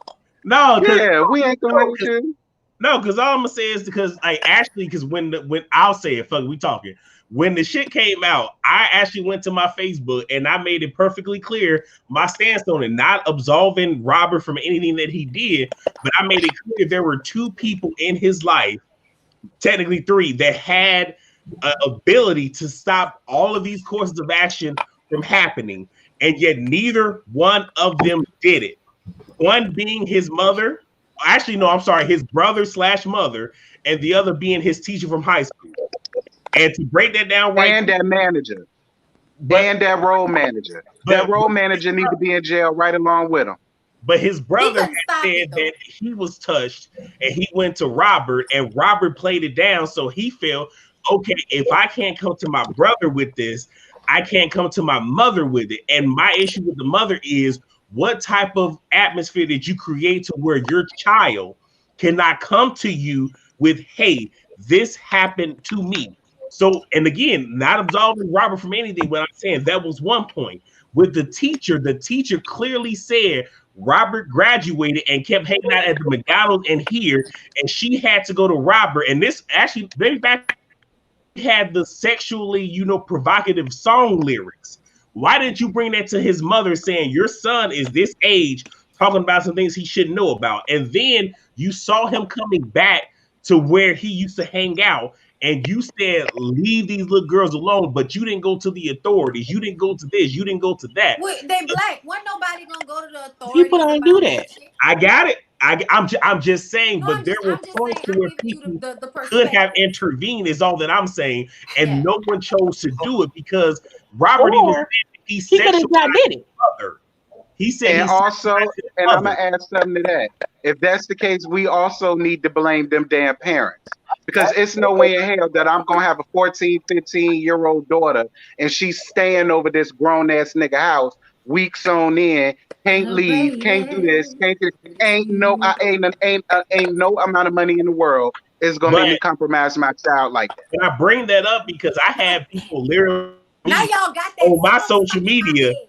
telling me that, oh my, because I even said that, because again, from how I grew up with the women that I'm sorry, the young women, because we were all young, that I grew up with, and them throwing themselves at our teachers and whatnot.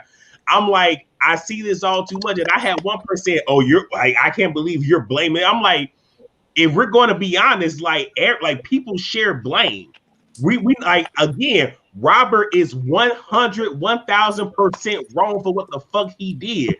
But we not finna sit here and act like other people didn't play blame in this shit. When you have these little girls wanting to be Robert, their parents had to sign away certain rights for these young girls, not young But girls. I don't think anyone. I don't think anyone didn't do that. I think the point of that documentary was R. Kelly for a long time acted as if he had no idea about why anyone was saying he did these things. No one is not saying that a teacher, a cop, the McDonald's cashier, or whoever saw him buying food for children should have done something or said something. However, when R. Kelly was doing these things, R. Kelly was a full-grown ass man. This was not 13-year-old R. Kelly fucking with 5-year-olds. No, this was 27-year-old R. Kelly going getting 13, 14-year-old little girls. And yes, everyone around, including the parents and anyone else, yes, they were at fault. But that don't mean that the person doing the fucking should have been doing the fucking. Whenever there is a child and an adult in a situation, the adult is the one you blame. So when R. Kelly was fucking that girl on that tape in that wooden room with the waterfall and the Backstreet Boys and the money, whatever, that was him and her. He was the adult. He was the adult in that situation. Was the parents also at fault? Yes. But the parents didn't fuck R. Kelly. R. Kelly fucked that girl. R. Kelly pissed on that girl's face. But Jay Lee, no. But Jay Lee, being a nigga from Chicago, I'm gonna keep it all the way 100 with you. If we take, what you gonna say? I'm just saying, but we look at this shit objectively. When I tell you, I know so many hood niggas where if they find out that R. Kelly touched one of they motherfucking girl, when I tell you they finna run up on this nigga, they finna catch him outside. None of y'all did that. Okay, thank you, Jay Lee. Okay, Jay Lee. You can tell me. Thank you, Jay Lee. I am born and raised Detroit 313 all day. We the same way. Okay. If you nigga, it's going down. No nigga in Chicago checked R. Kelly. Not you, not him. No one did. They all allowed it. Everyone allowed him to do that. You can say all you want that Nick was talking. They let him do it. Most of them wanted the fucking payout. They did this shit because they knew That R. don't matter. Pay them. No. You No. said you said anybody is what I'm saying. But guess what? Then the real people who knew he was doing it should have done something. Either way it go, a lot of people knew what he was doing and did nothing. His family, his friends, record producers, other singers, actors, or whoever. A lot of folks knew it, and no one did anything. You yourself said real nigga Chicago would have beat his ass, but no one did. No one out of the whole because they wanted the payout because they were getting paid by him. Saw R. Kelly as somebody that could save them. Let's not forget that as well. That a lot of the times the reason why the parents were okay is that we out here struggling. So if my daughter could get in good with R. Kelly and make a better life for all of us, then they wanted to do that. Everybody was willing to make these sacrifices trying to get on. So let's not forget about that. And also what I was trying to say before is that yes, R. Kelly deserves to be in jail. But let's not forget people like Tyga. Let's not forget Kanye that said Tyga was good to get Kylie while she was young so he could train her up. Like he's not the only one that thinks like that or moves like that. Right. And he's just the one that came, that did it to the point where they won't come out with a documentary because it's been 20 years in tapes and he's still getting away with the shit. That's the only reason why there was a real differentiation created because they got a whole bunch of artists that's making right now that's on Instagram, asking girls to pop pussy and everything else that's dating and being in relationships with girls as well. And I don't see nobody making no big ass deal about it and asking us what we gonna do about Tyga when he was fucking Kylie Jenner when she was 16 years old.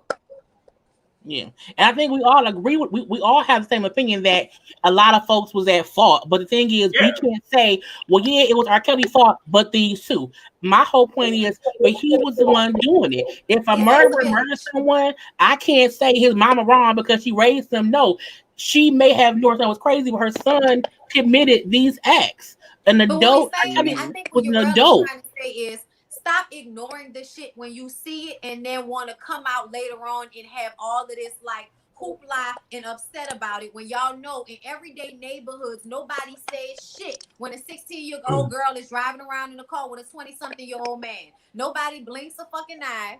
Nobody blinks an eye because everybody is like, that ain't my kid, that ain't my business, Right. whatever. But when it That's came to R. true. Kelly, now everybody wanted somebody to say some shit.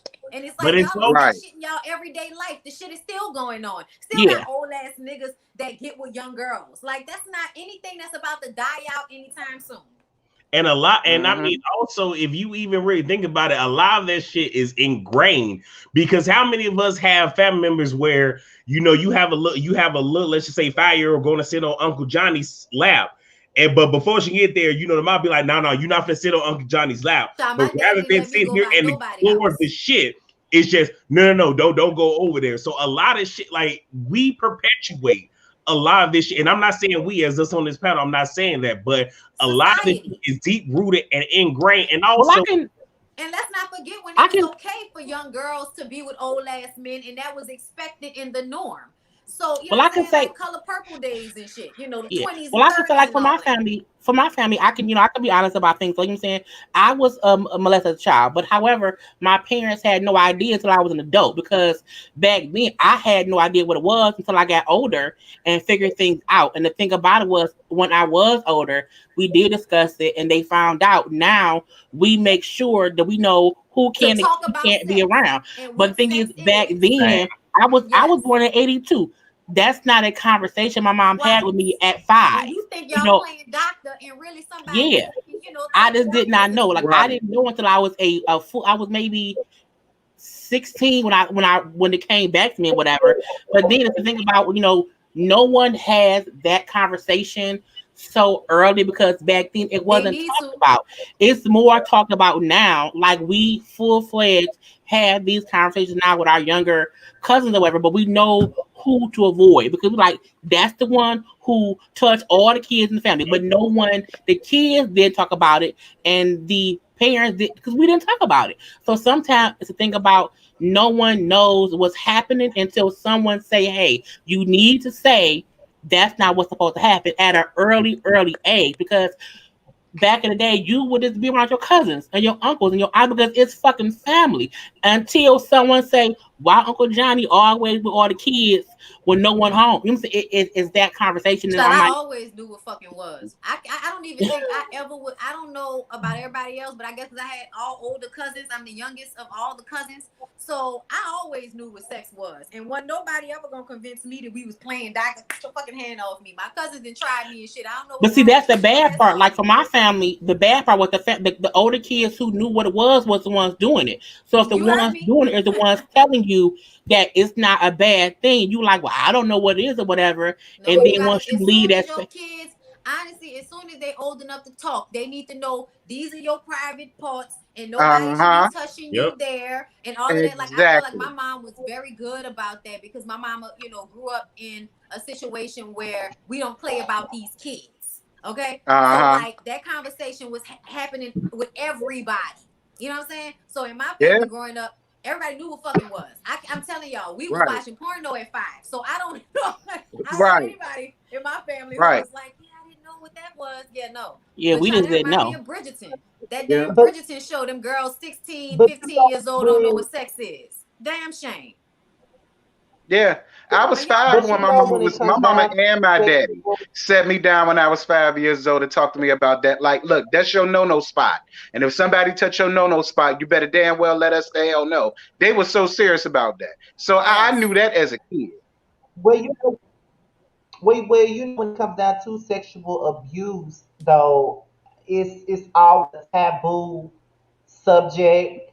It's not something that people really want to talk about for whatever reason. Which And is why it sometimes when happens. people do, when people do decide to talk about what happened to them, it's either they're afraid that someone is not going to believe them, or when Mhm. they finally do tell them, they make them sweep under the rug. Because I'm telling you this because of my mother was molested by a family member, and people knew that she was molested by a family member, but they advised her to shh, don't say nothing, shh, keep it to yourself. Shh. Don't talk about it. Like for whatever reason, child molestation is not to be talked about, not to be discussed, and the person that did it is supposed to be and all of this other stuff. So that's why this Yeah, topic is pretty it We is. didn't touchy mean to And say then subject a this. for lot of me based parents sit on up the and I don't wonder things know. why. And Change then a the lot of subject. We parents didn't sit mean up to and take wonder here. why. Change the subject. Y'all seen that little white boy that's mad because they not giving him organic food? Y'all seen that? He can starve for all I care. Jacob Let him starve to Chancy. death. no. He got arrested for breaching the Capitol, and he mad that they not But giving him organic food. But he don't want to eat. He gonna starve to death. Let him Yeah. starve. I was like, starve Yeah, then with your dumb ass. but Ain't that some shit? one right. How thing I entitled want you to say, gotta be to think one thing people I gonna want to say like is that cater to because your diet in jail? Like, oh, to be white. one thing I want to say is this because we've been on here for over 3 hours at this point, so it may be time for us to end this right quick. Cause it's I midnight here. will say that I know, but some people might got to go to work like I do. So, but however, I do appreciate you guys for this this panel. We talked about a lot of stuff tonight. We went into different subjects. We went all outside of reality TV. We went all outside of we talked about real life shit. And I think that's the great thing about this panel is that we can be what word am I looking for? Because it was just at the tip of Multifaceted. my tongue. There we Yes, we go. can be I was about to say multifaceted. multifaceted. Yes, yes, we can be very multifaceted. We could talk about different situations. We could talk about everything. You know what I mean? That's why we have this group that we have.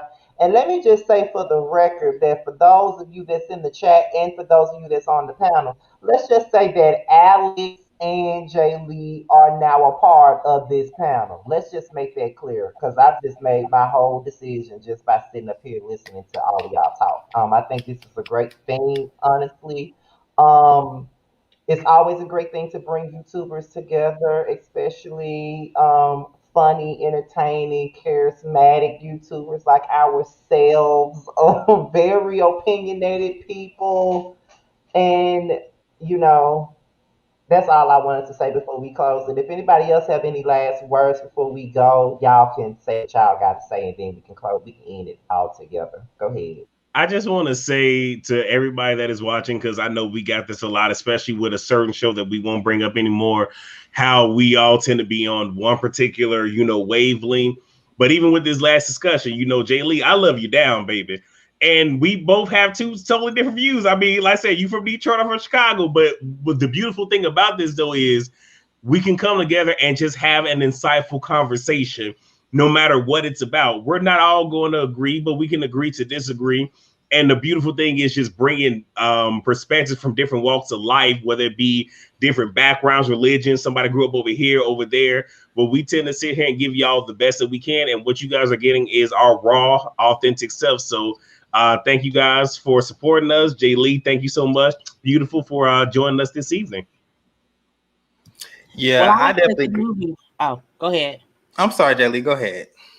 Well, I said the newbie, you know what I'm saying? I told you I'm new to YouTube. I just started, you know what I'm saying, bonding with people or whatever. I think it's a great thing to have panel both men and women who are gay and straight all over the world in different cities and different ages who have so Bonnie and shaking it. You know what I'm saying? I think it's a good thing to have these spirited conversations. People like to think that, if we debating that it's a fight or tension. No, we all have an opinion. We are all great people. And I think it's a great thing to be able to have these discussions on every topic and then hear everyone's opinion and still come together like, you know what? But you're my brother and my sister. And to still have the same love at the end of the day. That's all. I definitely agree. I think that this panel is freaking amazing. Everybody has their own diverse opinions. Everybody, and I think that's what honestly makes it great because we have so many 9 different personalities. It's like 9 different housewives characters on this panel. And when you think of that, that's amazing because it brings out everybody has a different perspective on every single thing, and I love that because I feel like that we're able to, like the Bible said, as a whole we're able to reach out to so many different people. And even like the last this last conversation that we was talking, we can maneuver over to reality TV, to deep subjects. I love it and I'm here for it. So shout out to everybody on the panel.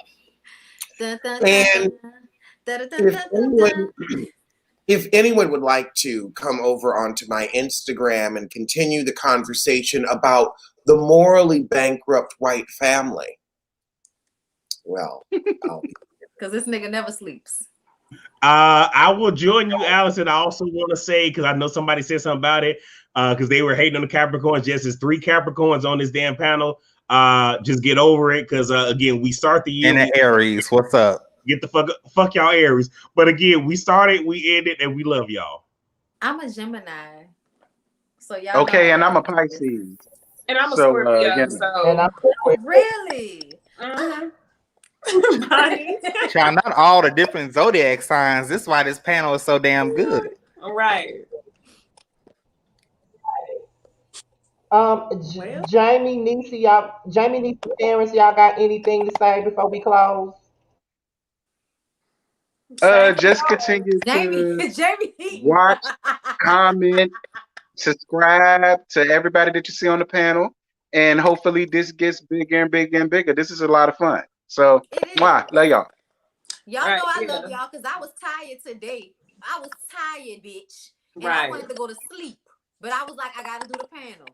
Right. See, I didn't even want to film my Real Housewives of Atlanta review, but that's up. I posted it late, so go check that out, y'all. I'm about to post mine too. It's been sitting there waiting for me to post it, but I didn't want to post it while we was on here. So I'm about to go post mine and put it up too.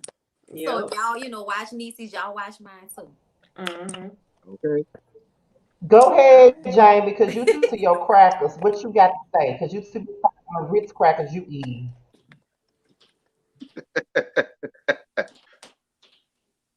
I can't hear you.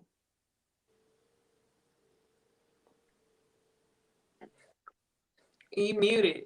Well, we just can't look like hear she said a word.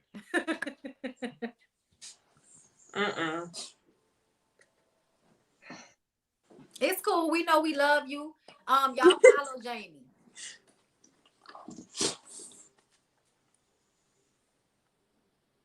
She said, well, I'm going to throw in the towel. I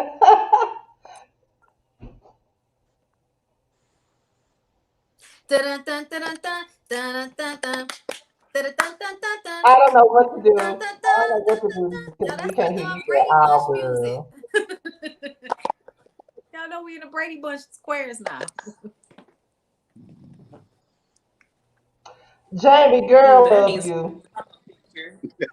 we need to do a Brady Bunch edit for our promo pic. Y'all need to wait for me to get my hair done, okay? Shit. Yeah, wait till I get a haircut. I get a haircut on Thursday. I get my hair done next week, so we need to just wait to do this in 2 weeks, okay? I'm good with it. That's right. Okay, don't nobody care that Niecy got her hair, her curl ride done recently. Don't nobody care. Got curls for the girls. I need to find somebody to braid my hair because I mean, your hair not fake. Is this long? Thank you. Do you know that every single time they be like, "Is it her hair?" If y'all want to go, no, just watch my 2 videos ago. You can see the scalp. Mm-hmm. Child, it was that video about the Amazon workout gear that did it for me, to tell you the truth. Yeah, I was like that must be why Bondi being so nice. It was. It was. I was like, wait a minute. Let me Okay. God. But with that being said, I want to thank everybody for showing up tonight. In the comments, it was like over 600 of y'all, and so kudos to all of us for that. Shout out to Jamie. Even though we can't hear her, but shout out to Jamie. She hit 5,000 subs. I think was it today or yesterday, but she hit 5,000 subs. So congrats to Jamie on that. If you have not subscribed to Jamie yet, please. Terrence, if I'm not mistaken, you hit 14K already, have you, or you there? Yeah, I did last week. Congratulations. Woo. Thank Congratulations. you. Okay, shout out Thank you. Thank you. 14K. Shout out to that. And just Yeah, we keep on. leaving. My advice. Yeah, we leaving. We Don't can't whip us say up out bye, of here. bitch. Damn. My thing today, but my thing to Jamie is parents, since y'all two are the ones that hit new milestones. I just want to let you guys know that you all are doing a great job. Keep on doing what y'all doing. Keep being Yes. consistent and just continue to be yourself. Love you for just being who you are, and that is you. Um, Shout out to Jay Lee and Alex for being the new additions to our panel. I've always wanted to work with Alex for the longest, and I'm glad that he decided to come up here. And Jay Lee, you have took everybody by storm up here. Josiah was texting me the time you was up here. He said, "Please add her to the panel. Please add her to the panel." So I did. So JD and Alex will be a part of the panel as well. So yeah. Okay. So with that being said, we're out of here. Be sure to go to Alexander Rogers' IG so he can talk about the morally corrupt parents of the people. Be sure to go to his IG. And with that being said, y'all, I'm out of here. We're out of here. And we'll see y'all next week. Follow all of our individual channels. And we are out of here. Peace out and goodbye. Bye. Bye. Bye.